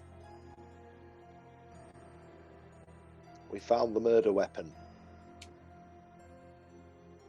Where? Show It's a it, long Django. story. Django says, shows the dagger and says, I'm afraid it was found at Mr. Orville's home. From what I gather, it was in Woody's possession. And the guard says, right, well, that's evidence enough for me, I'm afraid. Looks like Rudy was the culprit. No. You've Wait, not wait, got the wait, full wait. story. You've not got the full story. It's a magical item. Rudy was possessed. It wasn't him that did the murders. It was this blade. Django corroborates and says, I'm afraid it is true, Captain. Oh, I And thought he with- was going to double cross us then. My God. With your permission, All right. we would like to prove it to you. And the guard says, how? And that's to you guys, because I can't keep role-playing two characters and do it for you. I That's recommend fair enough. we ask for him to bring over his most loyal soldier, so he can not necessarily nice. wield the blade, but he can witness, say, the person he finds most Yeah. loyal, Okay. be corrupted by it. As The we captain explain, says- as we explain that the blade possesses you, and Yeah. only a strong-willed person can resist, and Rudy is not a strong-willed person and could not resist. So the captain looks at you and says, right, yeah, okay, I'll get the lieutenant. And he goes out for a bit. He comes back with a young, handsome, and well-built guard, and he says, right, okay then, so what do you guys... What's this I'm here? What do you guys want me to do? What we're going to do, Lieutenant, and you're going to do your duty today, is we're going to give you this item. And you are going to do your very best to resist its temptation. It's going to offer you something, but you, sir, need to refuse that offer, because if you accept it, it's not going to end well for you. The guard looks at you and says, Is that it, Captain? And the captain nods and says, right, yeah, okay, hand it over. And Django looks at him and says, no matter how sweet it sounds, do not listen. The guard kind of scoffs and he hands it over. And I'm just going to do a couple of rolls. Can I? Go on. Yeah, before you do those couple of rolls, Yeah. Edmund puts his hand on the lieutenant's shoulder and just says, be strong, lad, and casts guidance. And remind me what that does? He get basically on any saving throw he takes, the next saving throw he takes, he gets to add a D4 to his A D20. D4, right, okay, let's roll them both at the same time then. Pull these out of here. Save yourself a beating. Oh, yes! A very high roll, even without the D4. So you watch as the lieutenant scoffs and takes the dagger, and it's almost like he's then stuck in place. It's like the dagger is stuck in space, and he's trying to pull against it, and you see his eyes widen, and he becomes frantic looking, and he starts to shake, and he starts to look around at you all, and he looks at Django, and he seems to understand, but then he looks at you, Edmund, and it's a familiar look. It's the same look of relief that you get when the goddess is near, and you see his eyes come back to normal, and his breathing is heavy, and he shakily turns to the captain and says, Captain, I think they're telling the truth. And the captain looks Yes, we did a shocked. thing. The captain looks shocked and says, what do you mean? He says, I think that this thing has made young Rudy, well, do things that young Rudy wouldn't do. The captain nods and says, right, well, if that may be, who do we pin the blame on? Well, unfortunately, I believe the You original pin owner that of this is the on the undead man. butt of the Night Enclave. That's who's up to this, I reckon. Yes. It Guard definitely sighs and is. says, 3 of my citizens are dead. Are you telling me, Lieutenant, close the door? Are you telling me 3 of my citizens are dead and we don't have a living culprit? Oh, I think they're living. I just don't think we know who they are. I don't think we've met them yet. But Blame it on the we paladin. will find out. There's more. There's The more than paladin? just him. The Ponce that Aye, we the killed. bonds. You killed the Ponce. We did. And the lieutenant says, "That could work." Well, what? Oh, right. Okay. Let's say we do blame the Ponce. We need a story. This is Flamby. We can spread any story, but we need a good one. How do we blame the Ponce if Rudy's been... Evil paladin Yeah. captures Rudy, Okay. trying to help Orville. Right. Trying to help Orville, captures him, makes him take the dagger, which Okay. possesses him, and he comes back to Flamby and commits murders because he's possessed. The captain says, "Yeah, Surely. that could work." Right. You guys. This stays in this room. You too, Mr. Django. But of course, I will instruct the guards to spread that information. If you guys want to do it as well, be my guest. The official line will be, the Ponce influenced Rudy through dark magic to commit these murders on his behalf. That might work. But Rudy's all better now, so don't Yeah, like be that's mean what to him. The Do we have to involve Rudy at all? In name? The Oh, captain, actually, that's a very good point. the captain says, "This is the city of rumors, guys. Rudy's name was spread as far as the walls less than an hour after he was taken in." Or Poor Rudy. It's the nature of the city, after all. And then the captain puts his fingers to his lips. fair? Yeah, You'll yeah. look after Rudy, won't you, Django? Django, I never thought of that, but yes, I would protect Rudy You with should. my life. He was like a son to Orville. It would, yeah, it would be what Orville wants. I think you're all right. Thank you. Gragnar, was it? It was, yes. You are a wise man. Captain, may I take Rudy home? The captain says, "Yeah, I see no reason why." Django leaves. The lieutenant leaves as well. They explain the situation. You see Rudy run out of the cell, bury his face into the tiefling's clothes, and begin to sob heavily. And you watch Oh, as tears run down the tiefling's face as well. After a while, the guard leads them both out. Oh, actually, no, this won't happen. You see Django say something to Rudy, and then he returns and says, "Ladies, gentlemen, there's the matter of the blade. What do we want to do?" I think we need to destroy it. Yeah, we do. Django says, "I'm afraid I do not have the means to do such a thing." Do you have anything we could contain it in your shop of magic? He looks at you, Edmund, and he says, "For any man of faith who is willing to wield this, I can guarantee that you will be able to safely keep it on your person and not be influenced by it."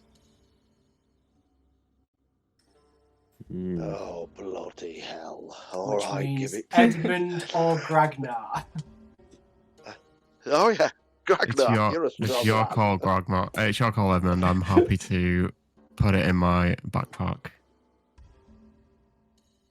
Aye. Oh, well, I feel bad asking you to do it, though. I don't mind. It's a terrible burden. I will take the blade. I will take the burden. Okay, Gragnar, I want you to roll a wisdom saving throw with advantage. Okay. We believe in you, Gragnar. Don't get possessed by the death god. 16. Yeah, 16 is overall. Yes! Ladies and gentlemen. Gragnar, you look at Django, and you're a bit apprehensive of taking the blade, but Django looks at you and says, I know you have faith. Use it. And you grab the blade, and you feel exactly what Django described. It's like your body is hungry and thirsty and weak, and the blade, you also almost imagine like if you accept it, you will be immediately full. You'll be immediately no longer thirsty. You'll not be as weak. You'll feel powerful. You won't be as tired. You'll be happier. You'll be ecstatic. And you hear this whisper saying, all this for death. Life always loses, but death will always win. But then, Gragnar, something happens. Something happens that's never actually happened to you before. And you hear a woman's voice that says, you know there is value to life.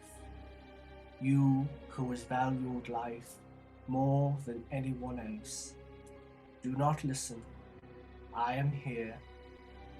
And you all see this as Gragnar shakes and convulses, and you see his eyes nearly glaze over, and the arm holding the dagger in place, trying to move it as if it's stuck in space. And then the eyes come back, and Gragnar is heavily breathing, but the dagger has had no influence on him, and Gragnar can now safely wield it. Well, he can hold it. I wouldn't recommend wielding it. Awesome. Good job, Ragnar. I'll turn to Edmund. Good lad. I'll turn to Edmund, and I'll be like, Edmund, I heard her. I heard Kerith Mal. She spoke to me.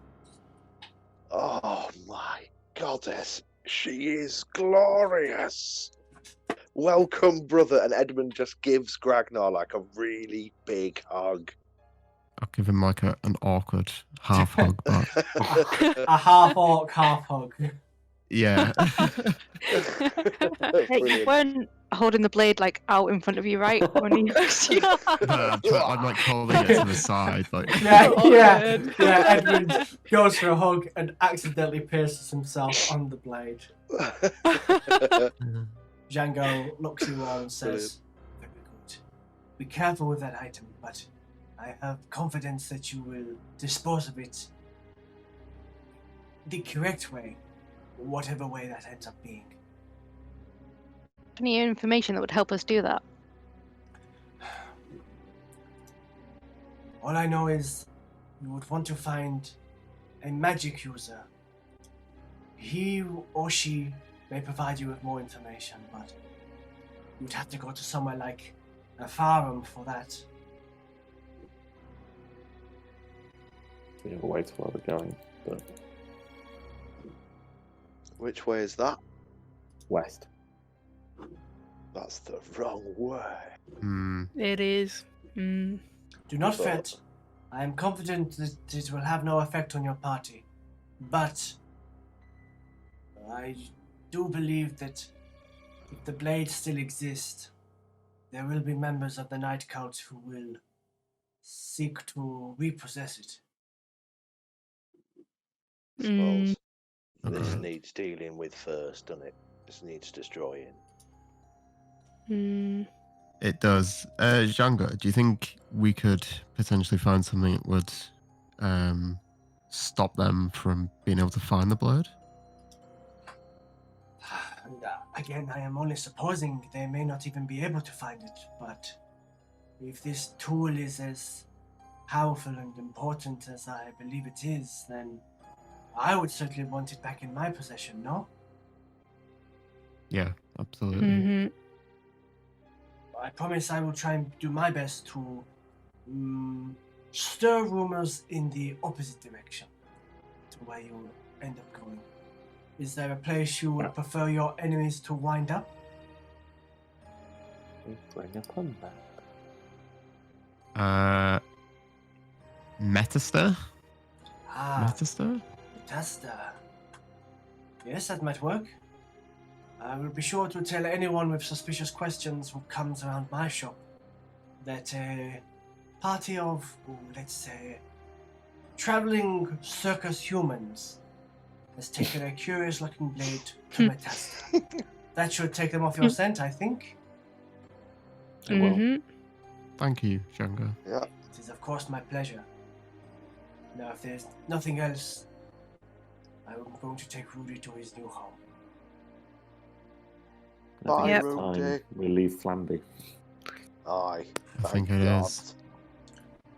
Okay, so what do we want to do now? The guards look pretty satisfied. They've said that the rumors they will spread is that the paladin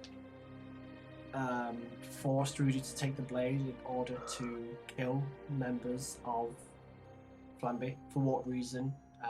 It didn't seem clear, but rumors being rumors, it'll probably work out. Rudy has left with Django.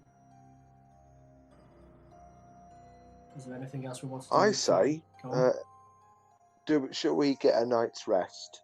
Check in with Archie to see if there's any bounties out west. Just a kind of like two birds with one stone kind of thing, and then kind of just prepare to leave. I think that's a good call. Yeah. Okay, so we're going to the Winking Cat. Yeah, that's where we got the apartments from, isn't it? Yeah. That's where you Mhm. got the apartments, Yeah. Okay, so you head to the Winking Cat, and Archie is in his usual spot and immediately spots you and says, "Hey guys, how's everything going? You all look like hell, actually." Yeah, it's been an interesting couple of days, Archie. Yeah, well, a bit. But at least you're 1,000 gold richer, am I right? Oh, yeah, good point. Yeah. Yeah. It was more than just a simple bounty, but worth Well, it. Ain't that always the case? So have you guys reconsidered my little offer? Oh, you had an offer to make us. I'd forgotten about it. Sorry, Arch. It's all right. Basically, what I've heard is someone in the Orator's Quarter knows about my 10,000 gold pieces bounty. The only problem is, as I'm sure you probably found out, it's like getting blood from a stone from those lot. You either need the coin, 1,000. or you need the gift of the gab, or you need to be part of the nobility. Preferably all three. I think Mr. Weatherhorn hinted about anything to loosen his lips would cost about 1,000 gold, didn't he? He did. And look, guys, I know that's a steep price, but I've got a bit of a plan if you want to listen. Is it you lend us 1,000 gold? Unfortunately, it's not. Again, the reason I'm a bounty hunter is because I lack cash, not because I've got it. Oh, fair enough. All right, what's your plan then? It's not a pretty one, but the best I could think of is trying to convince a noble that we're noble, plying them with drinks maybe, or something, bribing, blackmail, anything, but getting in there, finding someone who knows something, and just, prying some information the old-fashioned way, conversation. After all, and he holds his fingers to his lips. Yeah, I could probably help with that. Becoming a noble. That's great. Right. What's your plan then? Like you say, pretend to be noble, ply him with drinks. Right. Mhm. Here's the thing, though. We'll kind of need a disguise and some nice clothes and a backstory. Yeah, a backstory would be great. Yep. Well, I'll tell you what. You, my noble lady, have just become one of the lucky people that wanted Edmund Geraldson as a bodyguard. My disguise is that I'm me. Hooray! Who?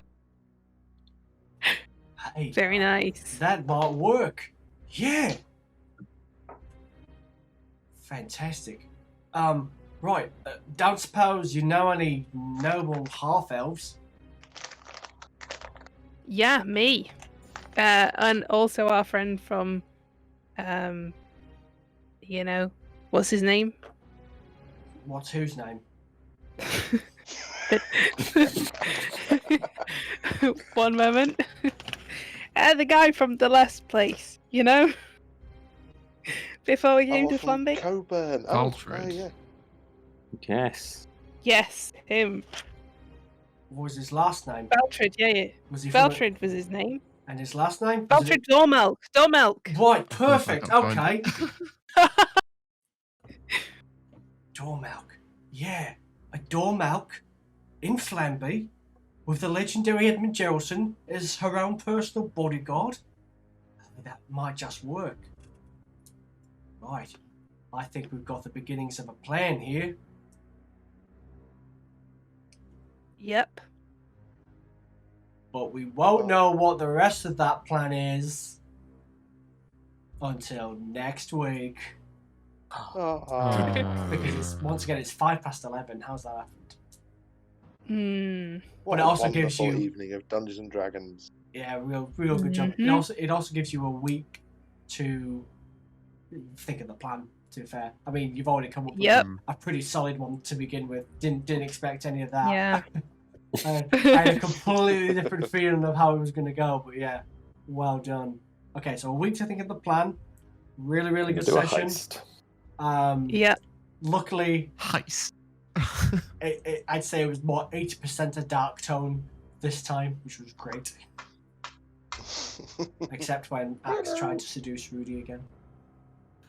That was pretty grim. Oh, I did push her in though. And yeah, so officially Death to the DM featuring the Carrot Core. There we go. Yep. You know Nice. it. Yeah. Fantastic. You can all use that the coat of arms that I created. You can all use that free of charge. Creative Commons. You don't even need to attribute Oh. me. Oh my god, thank you so much. Yep. That's right. I will I'll try and write up some of the notes of what voices were heard. Can you all hear me? Yep. Yep. Yeah. Okay, yeah. I'm like literally and 1% of the right AirPod. Oh my goodness. Yeah, so I'll write up any of the voices that happened. I'll try and write up what Axe saw in the corner as well. And yeah, I will send any notes through that I feel will be important. But thank you very much, ladies and gentlemen. Always a pleasure. Good session. Yeah. Cheers, Awesome. mate. Very good session. Thank you Yeah. very much. You've found some baddies. Who knows what's going to happen with Yay. them? Yeah. Do we know what the pont stands for? Oh, it's Paladin of. The Night Something, Cult isn't it? Enclave. Oh. Oh. Because it was going to take too Right. long if I left them to figure it out for themselves. Yeah. We were never going to figure that out. Never. Brilliant. Right. Farewell, everybody. Thank you, See you everybody. next Bye Cheers, guys. everyone. See you next week. Bye. Bye. Bye. Bye. Bye. Bye. Bye.